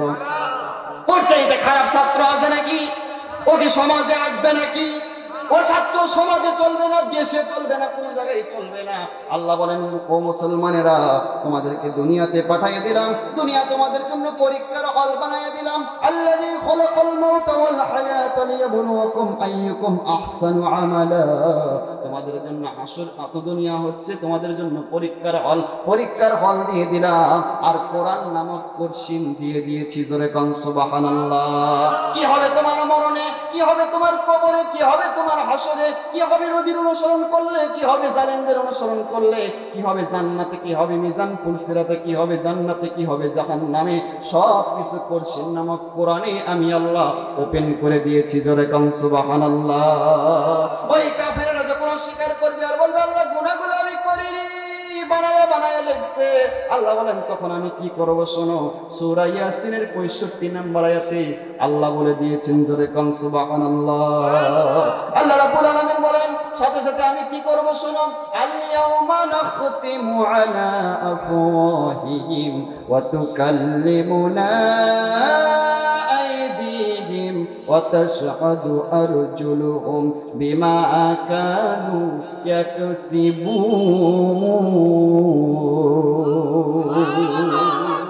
ও যখন চাপাবাজি করবে আল্লাহ বলেন ও ফেরেশতারা, ও দুনিয়াতে চাপাবাজি করতে করতে মিথ্যা কথা বলতে বলতে এমন হয়েছে আজকে হাসরের ময়দানে মিথ্যা কথা কয়। সুতরাং সর্বপ্রথম আল ইয়াউমা নাখতিমু আলা আফওয়াহিহিম, আর চাপা আগে বন্ধ কর। সুবহানাল্লাহ বলবেন না? আল্লাহ বলবেন আগে চাপা বন্ধ কর না, আল ইয়াউমা নাখতিমু আলা আফওয়াহিহিম, আগে মুখ বন্ধ করে দে, মুখ বন্ধ হয়ে যাবে। ওয়া তুকাল্লিমুনা আইদিহিম, আল্লাহ বলবেন হাতের জবান খুলে দেব। ওয়া তাশহাদু আরজুলুহুম, পায়ের জবান খুলে দেব। হাত তার কৃতকর্মের সাক্ষী দিবে, পাও তার কর্মের জন্য কথা বলতে থাকবে। জোরে কোন আল্লাহু আকবার। পালাইতে পারবেন? লুকাইতে পারবেন? কোন উপায় আছে? সব যখন সাক্ষী দিচ্ছে আর যখন উপায় নাই, সে বুঝতে পারবে আমি ধরা খাওয়া পারবো, আর উপায় না, ধরা খাইছি আমি। সেদিন যখন ধরা খাবেন মুসলমান, আর বাঁচার উপায় আছে? এখনো পায়ে ধরে অনুরোধ করছি, আপনার পায়ে ধরে অনুরোধ করছি, আপনাকে বিনয়ের সাথে বলছি, পাটা যদি আগাইয়া দেন আপনার পায়ে চুমা দিয়ে বলবো এখনো ফিরে আসুন, এখনো ফিরে আসুন, এখনো সময় আছে। সামনে রমজানুল মুবারক, মাত্র 1-2 দিন পরে আমাদের জন্য পৃথিবীর সর্বশ্রেষ্ঠ মাস পবিত্র মাহে রমজান।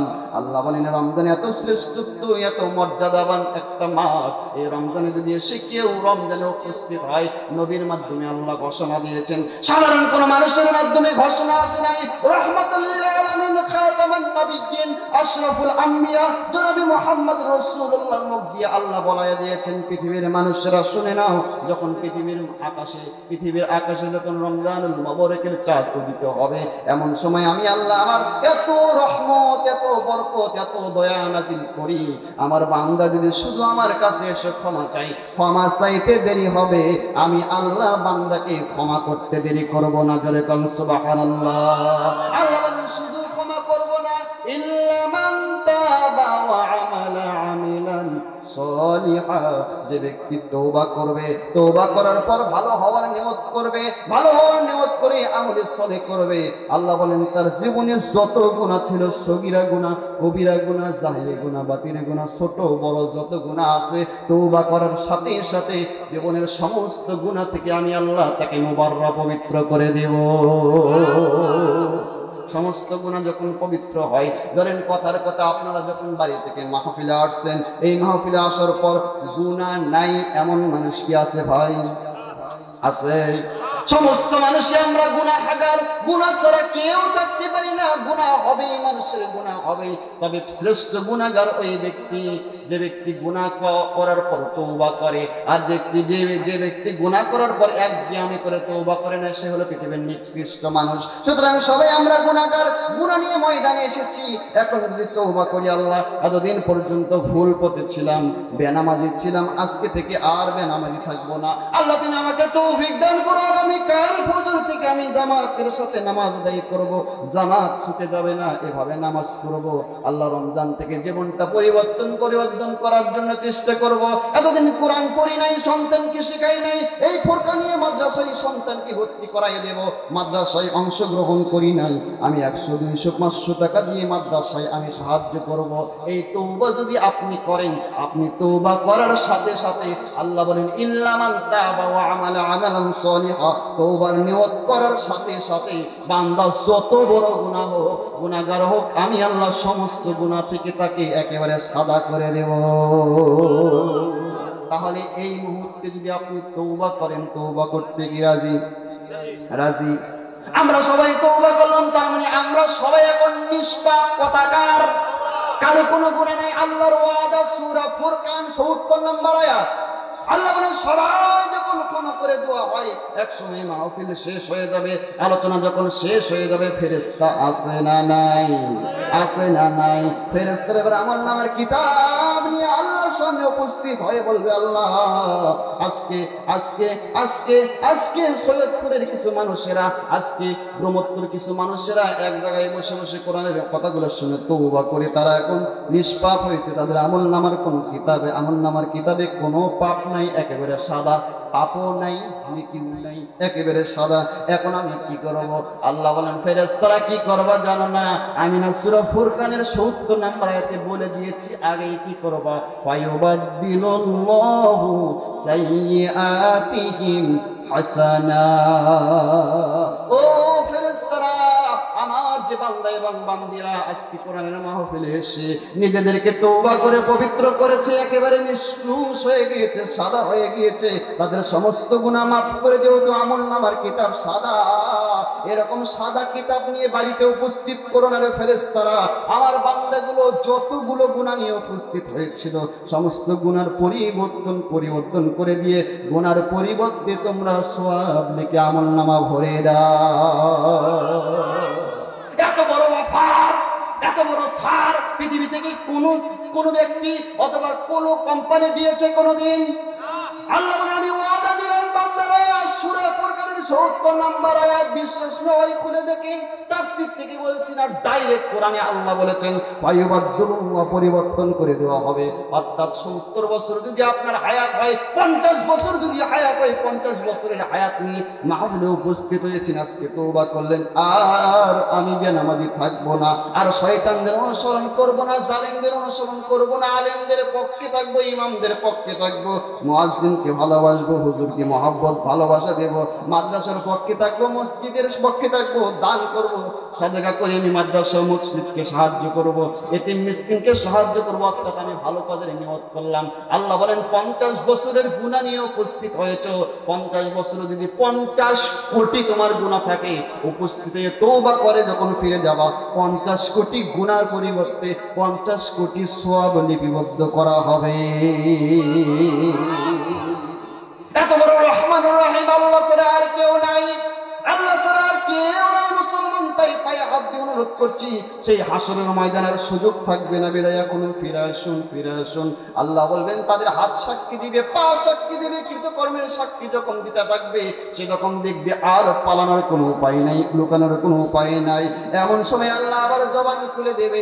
জবান যখন খুলে যাবে, সাথে সাথে সমস্ত কাফেরেরা বলতে থাকবে ফায়াকুল রাব্বি লাউলা আখরাতানি ইলা আজালিন করিব ফাসাদদাক ওয়া আকুম মিনাস সালিহিন।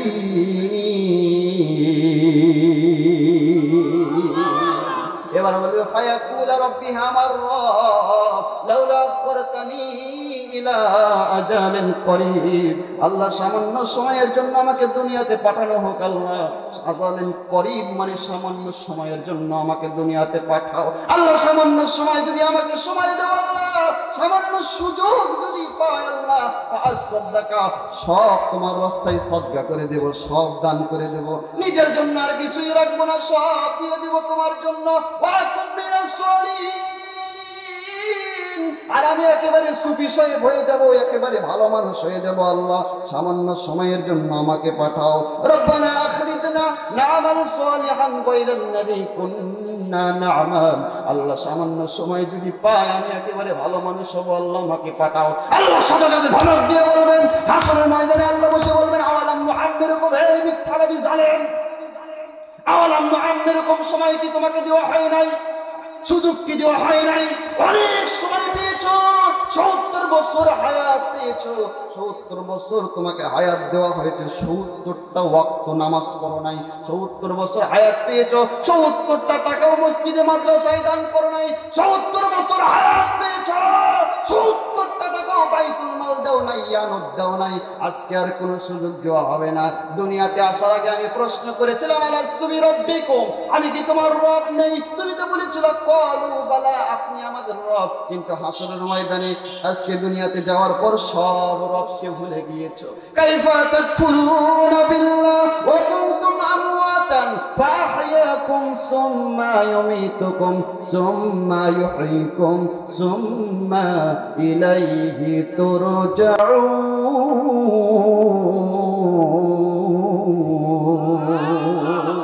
কাইফা তাকফুরুনা বিল্লাহ, তুই একটা জালেম। আল্লাহ বলেন তুই একটা জালেম। কাইফা তাকফুরুনা বিল্লাহ, তোর থেকে জালেম কেউ না, তুই একটা জালেম। আছে না নাই কোরআনে? সূরা বাকারার শুরুতেই আল্লাহ বলছেন, আল্লাহ বলবেন 28 নাম্বার আয়াত, কাইফা তাকফুরুনা বিল্লাহ, তুই একটা জালেম। দুনিয়াতে আসার আগে আমি বলেছিলাম আলাস্তু বিরাব্বিকুম, আমি কি তোমার রব নাই? তুই তো বলেছিলে ক্বালু বালা, আপনি আমার রব। কিন্তু দুনিয়াতে যাওয়ার পর কাইফা তাকফুরুনা বিল্লাহ, আমার কথা উল্টে গিয়েছিল। আমাকে ভালো লাগে নাই, রাসূলকে ভালো লাগে নাই, নামাজ ভালো লাগে নাই, তাফসীর মাহফিল ভালো লাগে নাই, তোমাকে গুনাহগার বিবির গান ভালো লাগছিল, ফাটে যাই জোড়া দেওয়ার বুদ্ধি নাই ভালো লাগছিল, ওগুলো ভালো লাগে, কোরআনের মাহফিল ভালো লাগে নাই। আবার দুনিয়াতে গিয়ে তুমি যে কথা উল্টা বানা, তুমি তো একটা জালেম। জালেমের কামই তো সবসময় কথার উলট পালট করা। তুমি যে দুনিয়াতে গিয়ে আবার কথা উল্টা বানা, এর তো কোনো গ্যারান্টি নাই। সুতরাং আজকে আর কোনো সুযোগ দেওয়া হবে না। আল্লাহ ফেরেশতাদেরকে অর্ডার করে বলবেন, ফাহাদুহুম ইলা সিরাতিল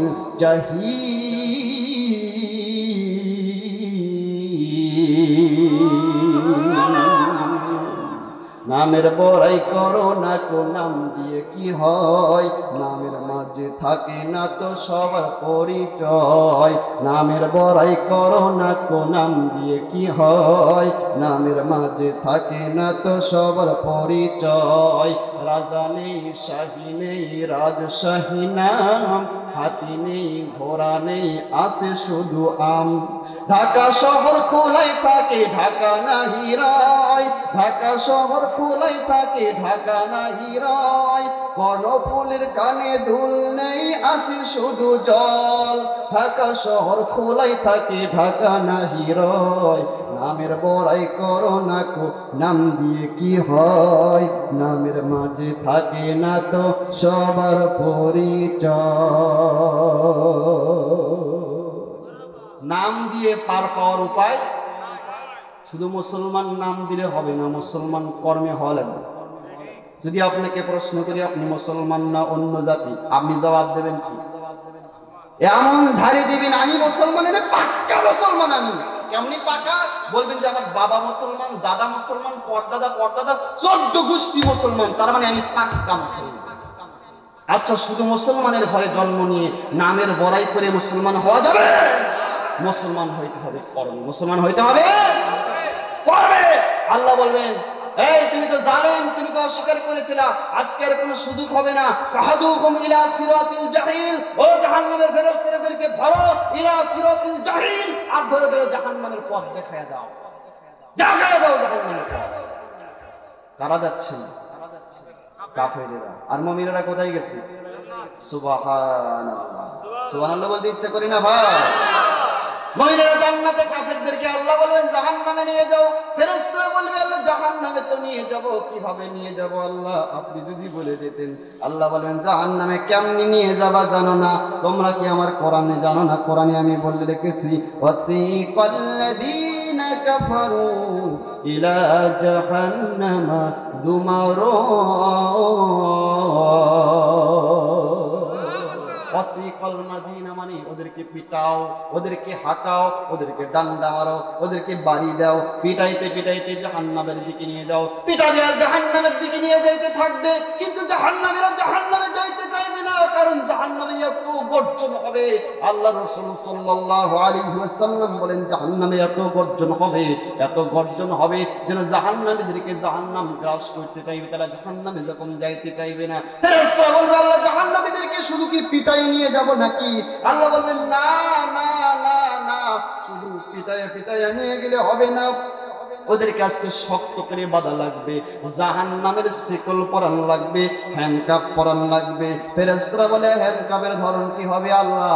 আল্লাহ বলে কি রকম হ্যান্ডকাপ হবে, কি রকম শিকল হবে শোনো। সূরা হাক্কা 42 43 44 নম্বর আয়াত আল্লাহ বলেন খুযুহু ফাগুল্লুহু সুম্মাল জাহিমা সাল্লুহু সুম্মা ফি সিলসিলাতিন যারউহা সাবউনা যিরাআন ফাসলুকুহু। আল্লাহ বলেন খুযুহু ধর, এ ফেরেশতা খুযুহু ধর, ও যাইতে ধর, মুখস্থ করে ধর, খুযুহু ধর, ফাগুল্লুহু শক্ত করে ধর।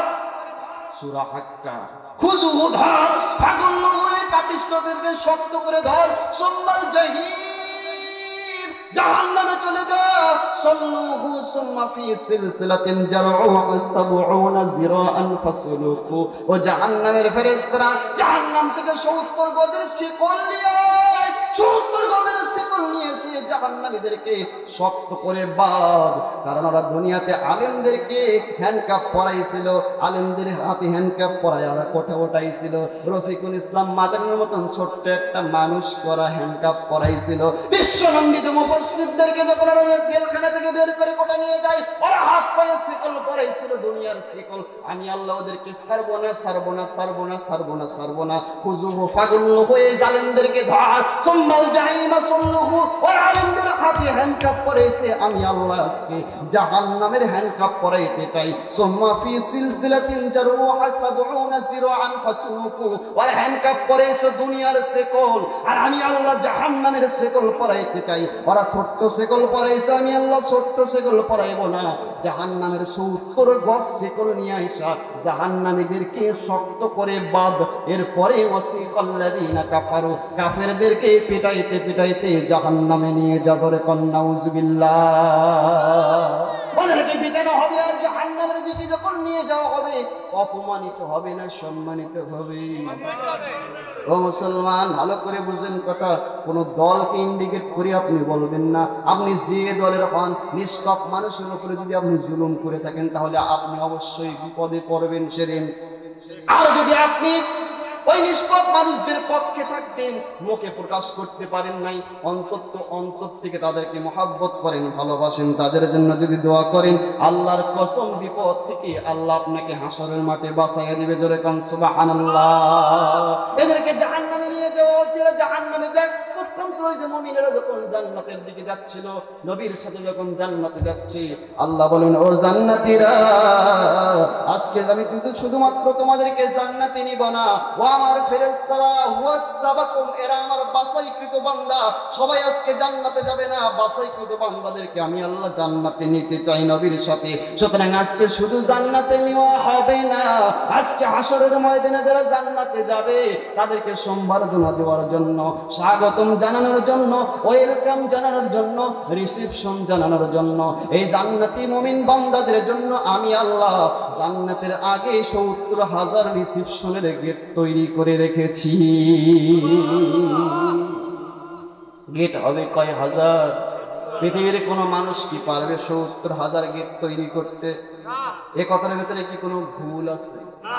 সন্দেহ হয় ভাই? সন্দেহ হয়? আপনি জান্নাতে গেলে গেট হবে কয় হাজার? সেই গেট কি সেদিন তৈরি করা হবে না আগের থেকেই তৈরি করা আছে? আল্লাহ বলে আমি আল্লাহ তৈরি করে রেখেছি 70,000 গেট।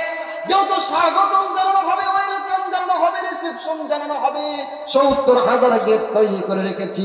ও ফেরেশতারা, এমন মুমিন বান্দাদেরকে আজকে শুধু জান্নাতে নিলে হবে না, কাফেরদেরকে যেরকম ধাক্কায়া ধাক্কায়া পিটাইতে পিটাইতে জাহান্নামে নিয়ে গিয়েছো, আমার মুমিনদেরকেও ধাক্কায়া ধাক্কায়া জান্নাতের দিকে নিয়ে যাও।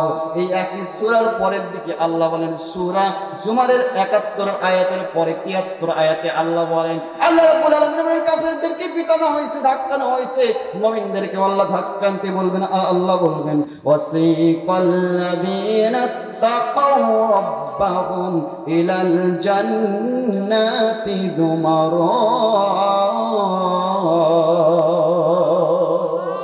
ও ফেরেশতারা, এই জান্নাতি জান্নাতি বান্দাদেরকে জান্নাতের দিকে ধাক্কায় ধাক্কায় নিয়ে যাও। তার কারণ হচ্ছে গেট হবে কয় হাজার।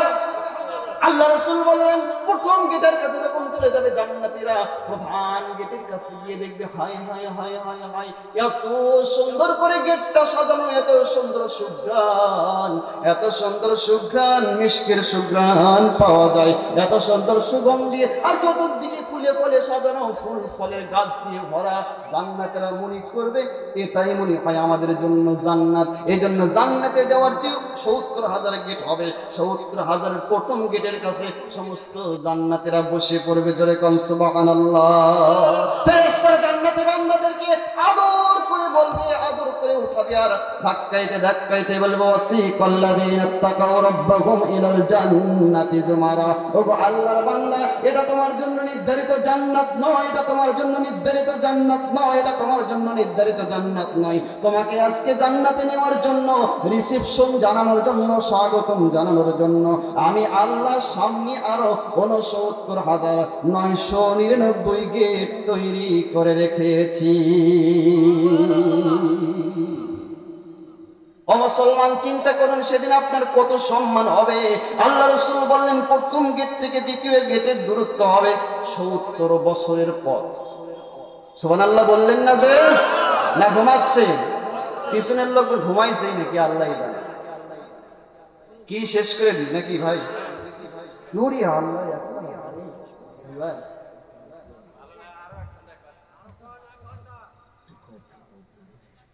ভাই এখন অনেক রাত হয়ে গেছে, এখন যদি বলেন শেষ, এখন তো ১২টার পরে তো এই কণ্ঠটা আমানত আগামীকালকের মাহফিল আলাদের কাছে। এখন এখানে যদি কথা বলি আগামীকাল কি করবো, আপনারা আজকে শুনে কালকে ঘুমাবেন। আর আমি গতকাল ২:৩০টার সময় ঘুমাইছি, ৯টার সময় বাড়ি থেকে বের হয়েছি, এখানে এসে পৌঁছেছি ৮:৩০। চিন্তা করছেন আপনি? আপনি চিন্তা করতেছেন ২ ঘন্টা ওয়াজ করে, হুজুরের ব্যাপার হলো, কিন্তু ২ ঘন্টা ওয়াজ করার জন্য ২:৩০টার সময় শুয়েছি, ঘুমাইতে ঘুমাইতে ৩টা, ঘুম ভেঙে গেলে তখন কি ঘুম ধরে সহজে? ৩টা ফজরের নামাজে যে কি পড়ি আল্লাহ জানে, কোনো মতো পড়ে টরে আবারও জায়গায় ঘুমানোর পরে উঠতে উঠতে আরো সকালে ওঠার নিয়ত ছিল যে আগে আগে পৌঁছার চেষ্টা করবো। এরপরে আমি ৯টার সময় বাসা থেকে বের হয়েছি, এখানে এসে পৌঁছাই দেখি প্রায় ৮:৩০। তাহলে আপনি চিন্তা করে দেখেন কিরকম প্রেশার দিয়েছি কোন মানুষের উপরে। সুতরাং আজকে যদি কথা বলে সব শেষ করে দেই, ২ দিন পরে রমজান, রমজানের আগেই মারিয়ে ফেলে দিবে।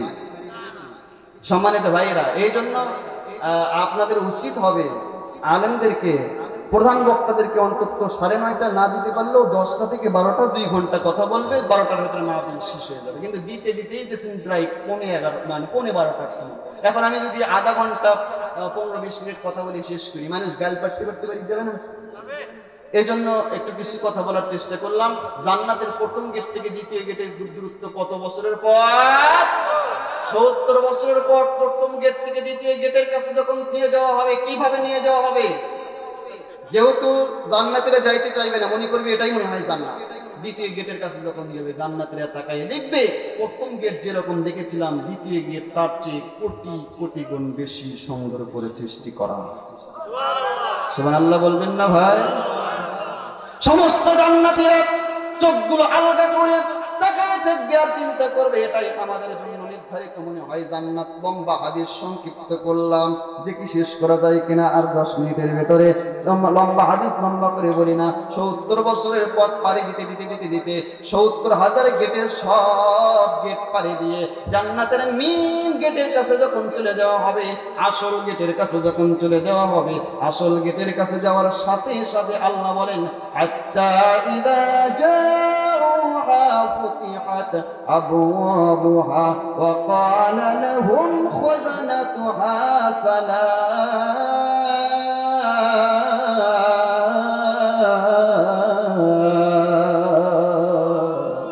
আল্লাহ বলেন জান্নাতের মেইন গেটের কাছে যখন চলে যাবে, এমন সময় জান্নাতের গেট ওপেন হয়ে যাবে, খুলে যাবে, আর জান্নাতের ভেতরে থেকে জান্নাতি ফেরেশতারা জান্নাতি বান্দা বান্দীদেরকে সালাম দিবে। জান্নাতি বান্দা বান্দীরা খুশি হবে না, কারণ তারা আল্লাহর জন্য ইবাদত করেছে, জান্নাতের আশায় ইবাদত করেনি। মানুষ ইবাদত করে আসলে মূল টার্গেট আল্লাহর সন্তুষ্ট। আল্লাহ যদি সন্তুষ্ট হয় তাহলে জান্নাতের সওয়াব যেহেতু জান্নাত তার মূল টার্গেট নয়, মূল টার্গেট আমার রবের সন্তুষ্টি, সে চিন্তা করবে ও ফেরেশতারা তোমরা সালাম দিলা, আমার আল্লাহ কি কিছুই বলবেন না?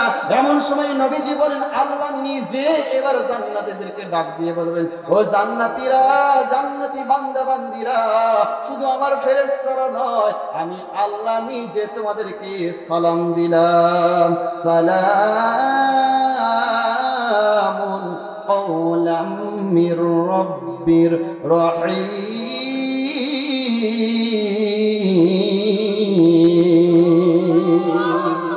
আল্লাহ নিজে সেদিন আপনাকে সালাম দিবে। ও মুসলমান, আল্লাহ নিজে যদি আপনাকে সালাম দেয় মজাটা কেমন হবে? হ্যাঁ, ধারণা করে যাবে, ওয়াজ করে বোঝানো যাবে।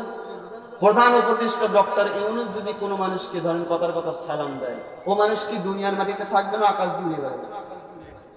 ওর সাথে আর কথাই কোয়া যাবে না। সামান্য একটা প্রধান উপদেষ্টার জন্য যদি এইরকম অবস্থা, বিস্তৃত জমিন, কুল কায়নাতের মালিক আল্লাহ নিজে যখন আপনাকে সালাম দিবে আপনার অবস্থা কেমন হবে আপনি চিন্তা করে দেখেন। আল্লাহ সালাম দিবে যখন, সালাম দেওয়ার পর আল্লাহ বলবেন জান্নাতেরা জান্নাতে প্রবেশ করো। জান্নাতের ভিতরে যখন তারা প্রবেশ করবে, জান্নাতে প্রবেশ করার পর আল্লাহ বলবেন আইনা ইয়াশরাবু বিহা ইবাদুল্লাহি ইউফাজ্জিরুনাহা তাফজীরা। ও আমার প্রিয় জান্নাতি বান্দারা, এবার জান্নাতের ভিতরে অবস্থান করো, থাকো, যা ইচ্ছা তাই করো। জান্নাত এত সুখের জায়গা, তোমরা জান্নাতে যা চাইবা আমি আল্লাহ তাই দান করে দেব। সুবহানাল্লাহ বলবেন না ভাই? জান্নাতে যা চাইবা তাই দেওয়া হবে। ধরেন কথার কথা আপনাকে আঙ্গুর ফল খাইতে মন চাচ্ছে, জান্নাতে যাওয়ার পর আপনি তাকায় দেখেন ডানে বামে সামনে পিছনে উপরে নিচে কোথাও কোনো আঙ্গুরের গাছ নেই, আঙ্গুর ফল নাই, কিন্তু আল্লাহ বলেন জান্নাত এত সুখের জায়গা হবে, এত শান্তির জায়গা হবে। জান্নাতি বান্দারা যেই না খাওয়ার জন্য নিয়ত করবে আঙ্গুর ফল, সাথে সাথে তাদের চোখের সামনে আঙ্গুরের গাছ সৃষ্টি হয়ে যাবে। আল্লাহর নবী বলেন জান্নাতি বান্দারা চিন্তা করবে গাছ থেকে আঙ্গুর পারে খাইতে পারবো না, কারণ অনেক কষ্ট করে আমি জান্নাত পর্যন্ত এসেছি, গাছ থেকে পারবো না। আল্লাহ বলেন ও আমার বান্দারা পারা লাগবে না, পারা লাগবে না, জান্নাতে তো সুখের জায়গা রে আমার প্রিয় বান্দা বান্দিরা। তুমি যখন খাওয়ার নিয়ত করবা সাথে সাথে আঙ্গুর ফলের গাছের ওই ডালটা তোমার মুখের সামনে এসে আঙ্গুর ঝুলতে থাকবে। মুমিন বান্দা বলবে আমি গাছ থেকে আঙ্গুর পারে খাইতে পারবো না, আল্লাহ বলেন সাথে সাথে এত সুখের জায়গা আঙ্গুর মুখের ভেতরে পড়ে যাবে। বান্দারা বলবে আল্লাহ চাবাইতে পারবো না, আল্লাহ একই জান্নাতে এত সুখের জায়গা, মুখের ভেতরে পড়ে অটোমেটিক আঙ্গুর গলে যাবে। বান্দা বলবে আমি ঢুকে দিতে পারবো না, আল্লাহ বলেন পেটের ভেতরে ঢুকে যাবে। এরপরে পেশাব নাই, পায়খানা নাই, একবার খাবে, বিকাল বেলা খাইলে আবার স্বাদটা ডবল পাবে, অন্যরকম পাবে, যত খাবে তত স্বাদ বৃদ্ধি পেতে থাকবে। একটা জিনিস যদি আপনি আজকে খান, কাল খান, পরশু দিন খান, তারপরে আর দুনিয়ার জিনিস ভালো লাগে না। কিন্তু নবী বলেন, আল্লাহ বলেন জান্নাতের যে খাবার তুমি খাবে, সকালে খাইলে যে স্বাদ পাবে, বিকালে খাইলে অন্যরকম স্বাদ আল্লাহ দান করে দেবেন। কোন সুবহানাল্লাহ। এত সুখ এবং এত শান্তির জায়গা দিয়ে আল্লাহ বলেন আমার বান্দা বান্দিরা তোমরা এবার জান্নাতের ভিতরে বসবাস করতে থাকো। জান্নাতের ভিতরে ঢুকে যখন ঘুরে বেড়াবে, এমন সময় আল্লাহ ডাক দিয়ে বলেন ও জান্নাতীরা, আমি আল্লাহ যে ওয়াদা দিয়েছিলাম আমার পথে চললে, আমার ইবাদত করলে, আমার গোলাম হইলে আমি তোমাদেরকে জান্নাত দেব। জান্নাতীরা আজকে সেই নিয়ামত কি তোমরা পাইছো নাকি? আল্লাহ বলেন ওই নিয়ামত কি তোমরা পাইছো নাকি? সাথে সাথে সমস্ত জান্নাতীরা কি জবাব দিবে? আল্লাহ বলেন ওয়াকালুল হামদুলিল্লাহিল্লাযী সাদাকানা ওয়া'দাহু ওয়া আওরাসানাল আরদু নাতাবাওয়া মিনাল জান্নাতি নাশা।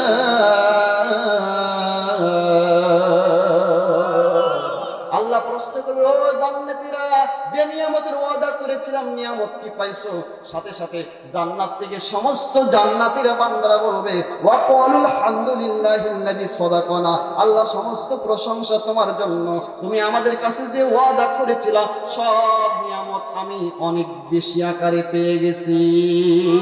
এই জন্য তোমার আমি আল্লাহ, আমি তোমার আল্লাহ গো, আমি তোমার বান্দা, আমি তোমার প্রশংসা করছি, প্রশংসা করি আমি আল্লাহ তাআলার। বিশ্বজাহান সৃষ্টি হলো হুকুমে যাহার, জ্ঞান বিজ্ঞান শিল্প কলা আবিষ্কারক যত, খোদার মহিমা তারা গাইছে অবিরত। মাটির মানুষ চন্দ্রে গেল কুদরতে যাহার, প্রশংসা করি আমি আল্লাহ তাআলার।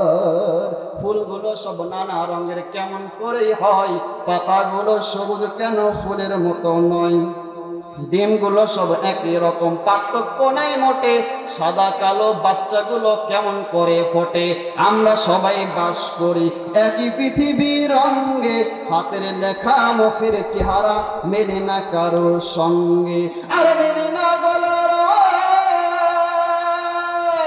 আর মেলে না গলার আওয়াজ, বুড়ি আঙ্গুলের টিপ। আল্লাহ তাআলা আছেন একজন, প্রমাণ হলো ঠিক।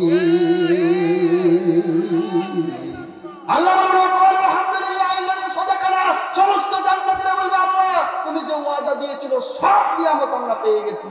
আল্লাহ সাথে সাথে বলবেন, ওয়ালাদাইনা মাজিদ, ও জান্নাতীরা তোমরা যে নিয়ামত পাইছো, ওয়ালাদাইনা মাজিদ, এর চাইতে অনেক বড় অনেক শ্রেষ্ঠ নিয়ামত এখন পর্যন্ত আমি আল্লাহ আমার কাছে রিজার্ভ করা আছে। সুবহানাল্লাহ বলবেন না? আল্লাহ বলবেন, ও জান্নাতীরা এর চাইতে শ্রেষ্ঠ নিয়ামত আমার কাছে এখনো আছে।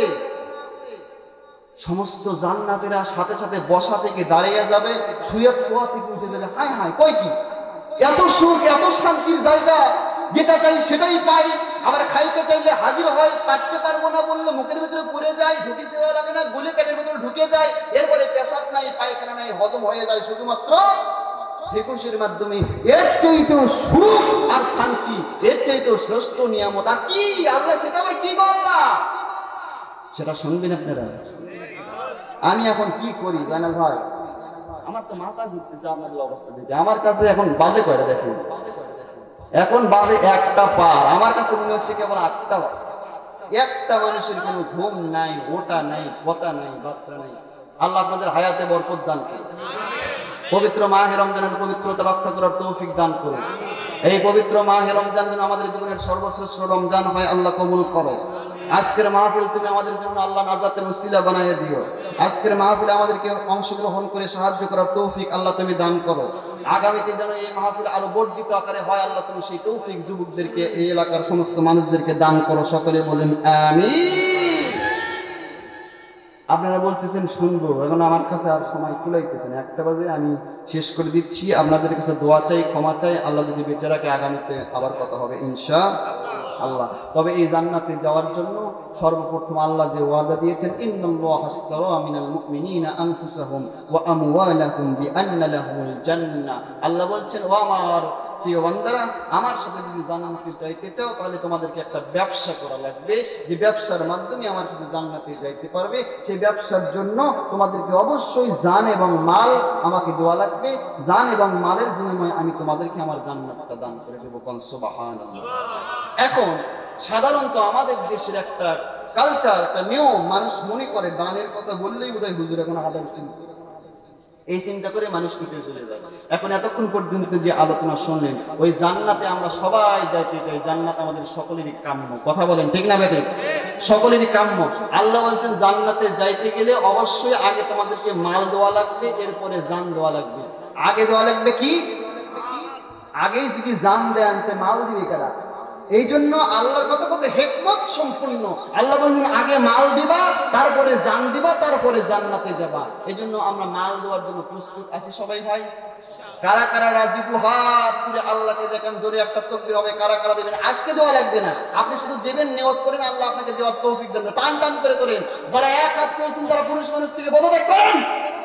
আপনি কি পুরুষ মানুষ 2 হাত তুলতে পারেন না? টান টান করে তোলেন, জোরে একটা তাকবীর হবে।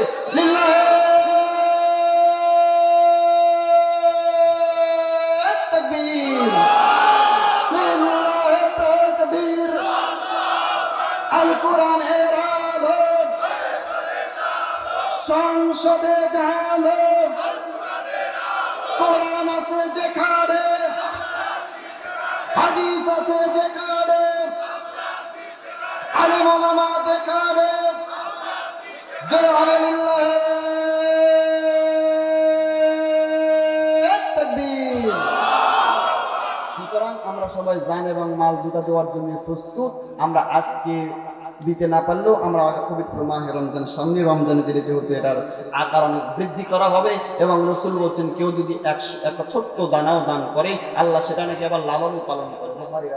রসুল্লাহ বলছেন কেউ যদি একটা ছাগলের বাচ্চা কেনে, বলো তো সাহাবীরা ওই ছাগলের বাচ্চা 10 বছর পর কি একটা থাকে?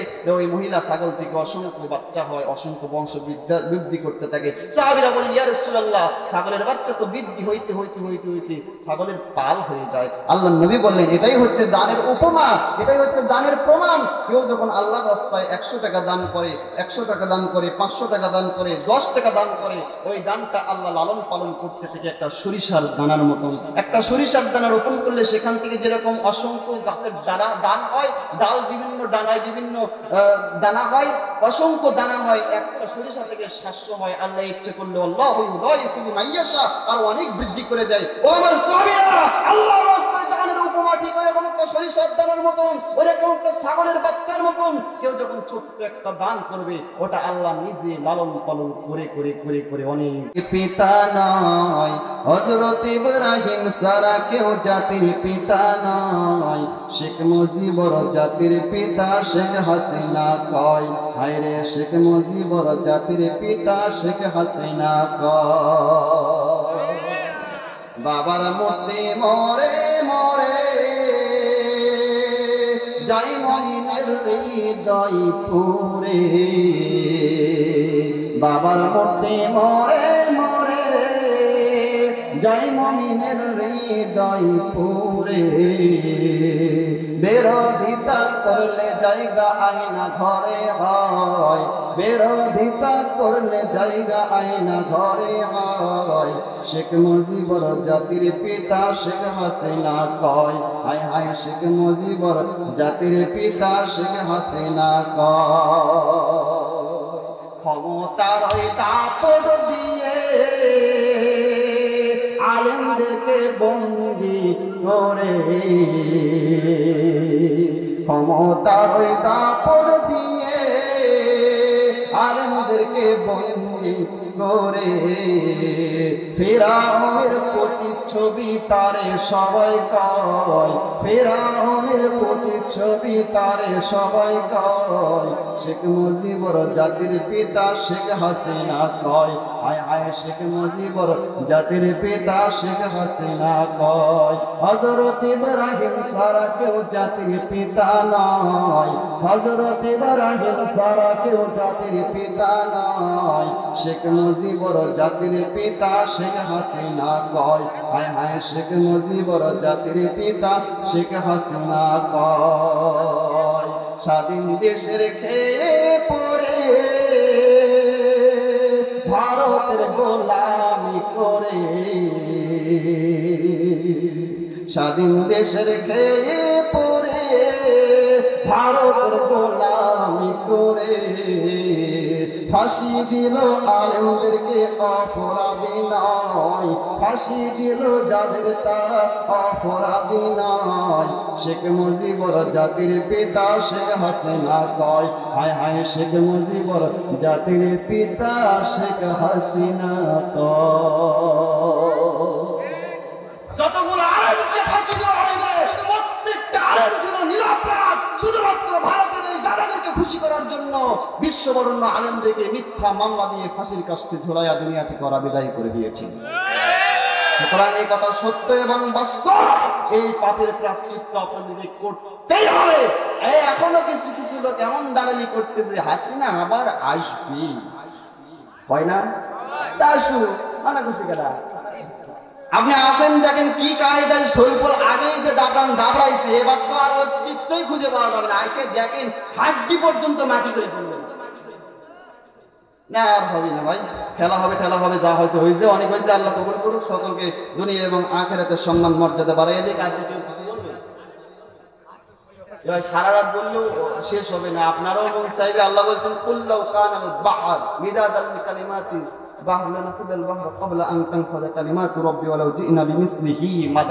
আল্লাহ সূরা কাহাফের 109 নম্বর আয়াতে আল্লাহ বলছেন, সূরা কাহাফের 109 নম্বর আয়াতে আল্লাহ তাআলা বলছেন, এই পৃথিবীতে আল্লাহর প্রশংসা লেখার জন্য যদি সমুদ্রের কালিগুলো করা হয়, মানে পানিগুলো যদি কালি করা হয় আর গাছগুলো যদি কলম করা হয়, আল্লাহর প্রশংসা যদি লেখা শুরু হয়, আল্লাহর প্রশংসা শেষ হবে না। পানি নামক কালি শেষ হবে, গাছ নামক কলম শেষ হবে, আল্লাহর প্রশংসা শেষ, আল্লাহর কথা শেষ হবে না। এই জন্য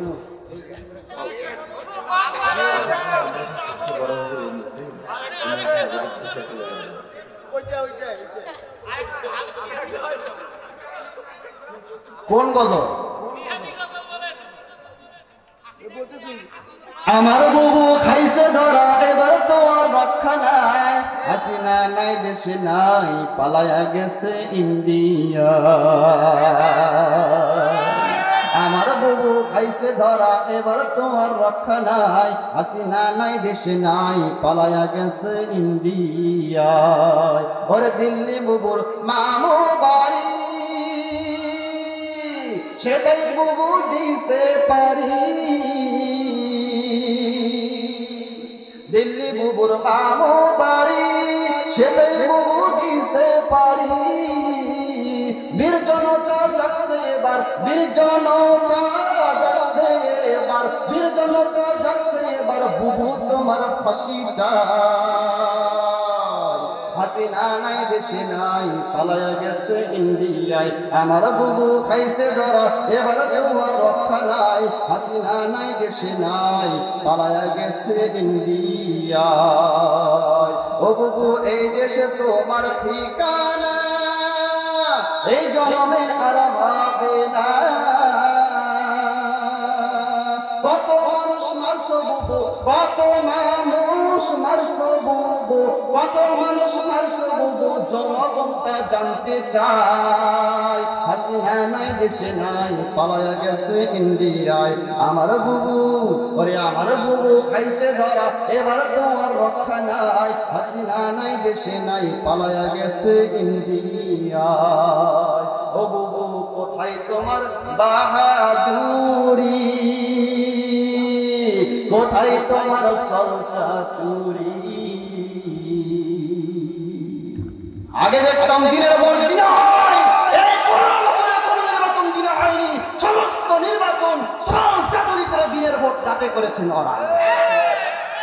কোন মানুষ সমর্থন দিতে পারে নাই, ভোট দিতে পারে নাই, ব্যবসা করতে পারে নাই, সুস্থ অবস্থায় থাকতে পারে নাই। এখন মানুষ না খেয়ে থাকে, তারপরে বলে হাসিনাই নাই, শান্তিতে আছে। বুবু তোমার বাহাদুরি, বুবু কোথায় তোমার বাহাদুরি, কোথায় তোমার সলচাতুরি? তোমার বাবার স্বর্ণ বুবু, তোমার বাবার স্বর্ণ বুবু, ফাঁসে গেল গঙ্গায়, বুবু নাই দেশে নাই, পালায়া গেছে ইন্ডিয়া। আল্লাহ আমাকে কবুল করুক, দুনিয়া এবং আখিরাতের মর্যাদা বৃদ্ধি করে দিক, আল্লাহ সম্মান এবং মর্যাদা বৃদ্ধি করে দিক, আল্লাহ সবাইকে মাফ করে দিক। সকলে বলুন আল্লাহুম্মা আমিন। আজকের মাহফিলের জন্য যারা আয়োজন করলো, আল্লাহ তাদেরকে ক্ষমা করুক, আমাদেরকে ক্ষমা করুক, মাহফিল কর্তৃপক্ষকে কবুল করুক, মুরব্বিদেরকে কবুল করুক, যুবকদেরকে কবুল করুক, সকলকে আল্লাহ ক্ষমা করে দিন। সকলে বলুন আমিন। সবার সাহেব পৌঁছেছিলাম শুরু থেকে শেষ পর্যন্ত, আল্লাহ সবার সাহেবের হায়াতে বরকত দান করুক। সকলে বলুন আমিন। সভাপতি সাহেব বৃদ্ধ মানুষ বসে আছে, আল্লাহ তার হায়াতে বরকত দিন। সকলে বলুন আমিন।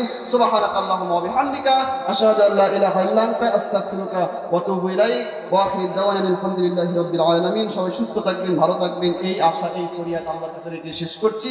আমার নাম মাওলানা মোহাম্মদ সাব্বির হোসেন জিহাদি, লিখে ইউটিউবে সার্চ দিলেই পেয়ে যাবেন। আর যদি কাঠ নিতে চান, ভাইদের কাছে কাঠ আছে, আপনারা নিতে পারবেন। আর যদি কেউ কিছু বলেন তাহলে বলবেন, নাহলে মনে করবেন ইব্রাহিম وعلى آل إبراهيم إنك حميد مجيد. اللهم بارك على محمد وعلى آل محمد كما باركت على إبراهيم وعلى آل إبراهيم إنك حميد مجيد. اللهم آمين.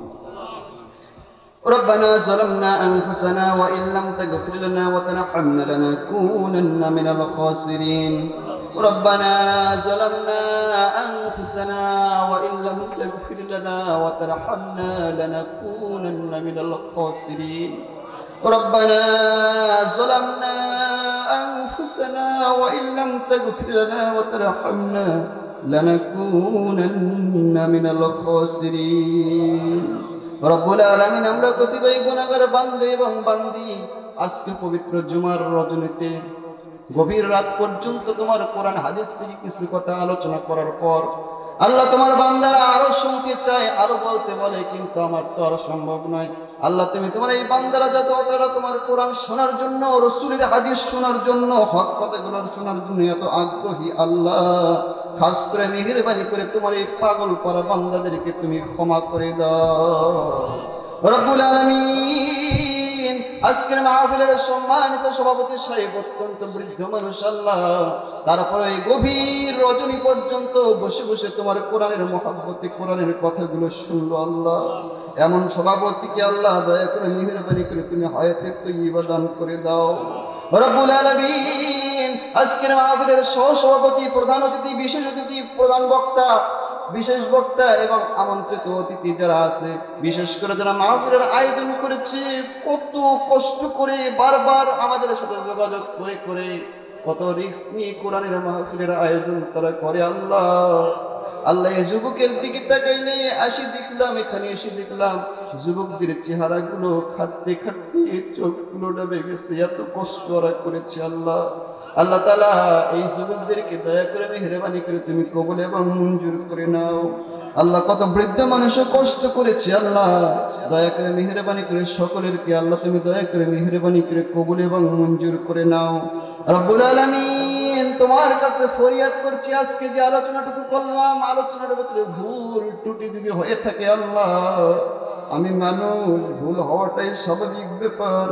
ভুল যদি হয়ে থাকে দয়া করে মেহেরবানি করে তোমার বান্দা বান্দীদের স্মৃতি থেকে তা মিটাইয়া দাও আল্লাহ। বিশ্ব নবীর ওসিলায় তুমি তোমার এই গুনাহগার বান্দাকে ভুল কথাগুলো ক্ষমা করে দাও রব্বুল আলামিন। যারা কোরআন শোনার জন্য বাড়ি ঘরে ফিরে রেখে গভীর রাত পর্যন্ত তোমার কোরআন শুনলো আল্লাহ, আল্লাহ তাদের কথা কি ভোলা যায়? বারবার তোমার বান্দা বান্দীদের চেহারার দিকে তাকাইয়া দেখি, এখন প্রায় 1:30 বেজে গেছে, তারপরেও তোমার বান্দা বান্দীরা কেউ ঘুমায় না, কেউ ঝিমায় না আল্লাহ। তোমার কোরআন শোনার জন্য যে বান্দাদের এত আকর্ষণ, এত মহাব্বত আল্লাহ, তুমি কেন তাদেরকে ক্ষমা করবা না আল্লাহ? যারা গুনাহ নিয়ে উপস্থিত হয়েছে, গুনাহ অবস্থায় বাড়িতে নিও না।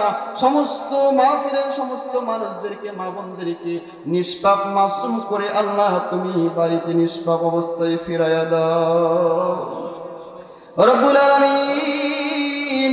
এবার ফরিয়াদ করছি তোমার কাছে আমাদের আব্বাজানের কথা আল্লাহ।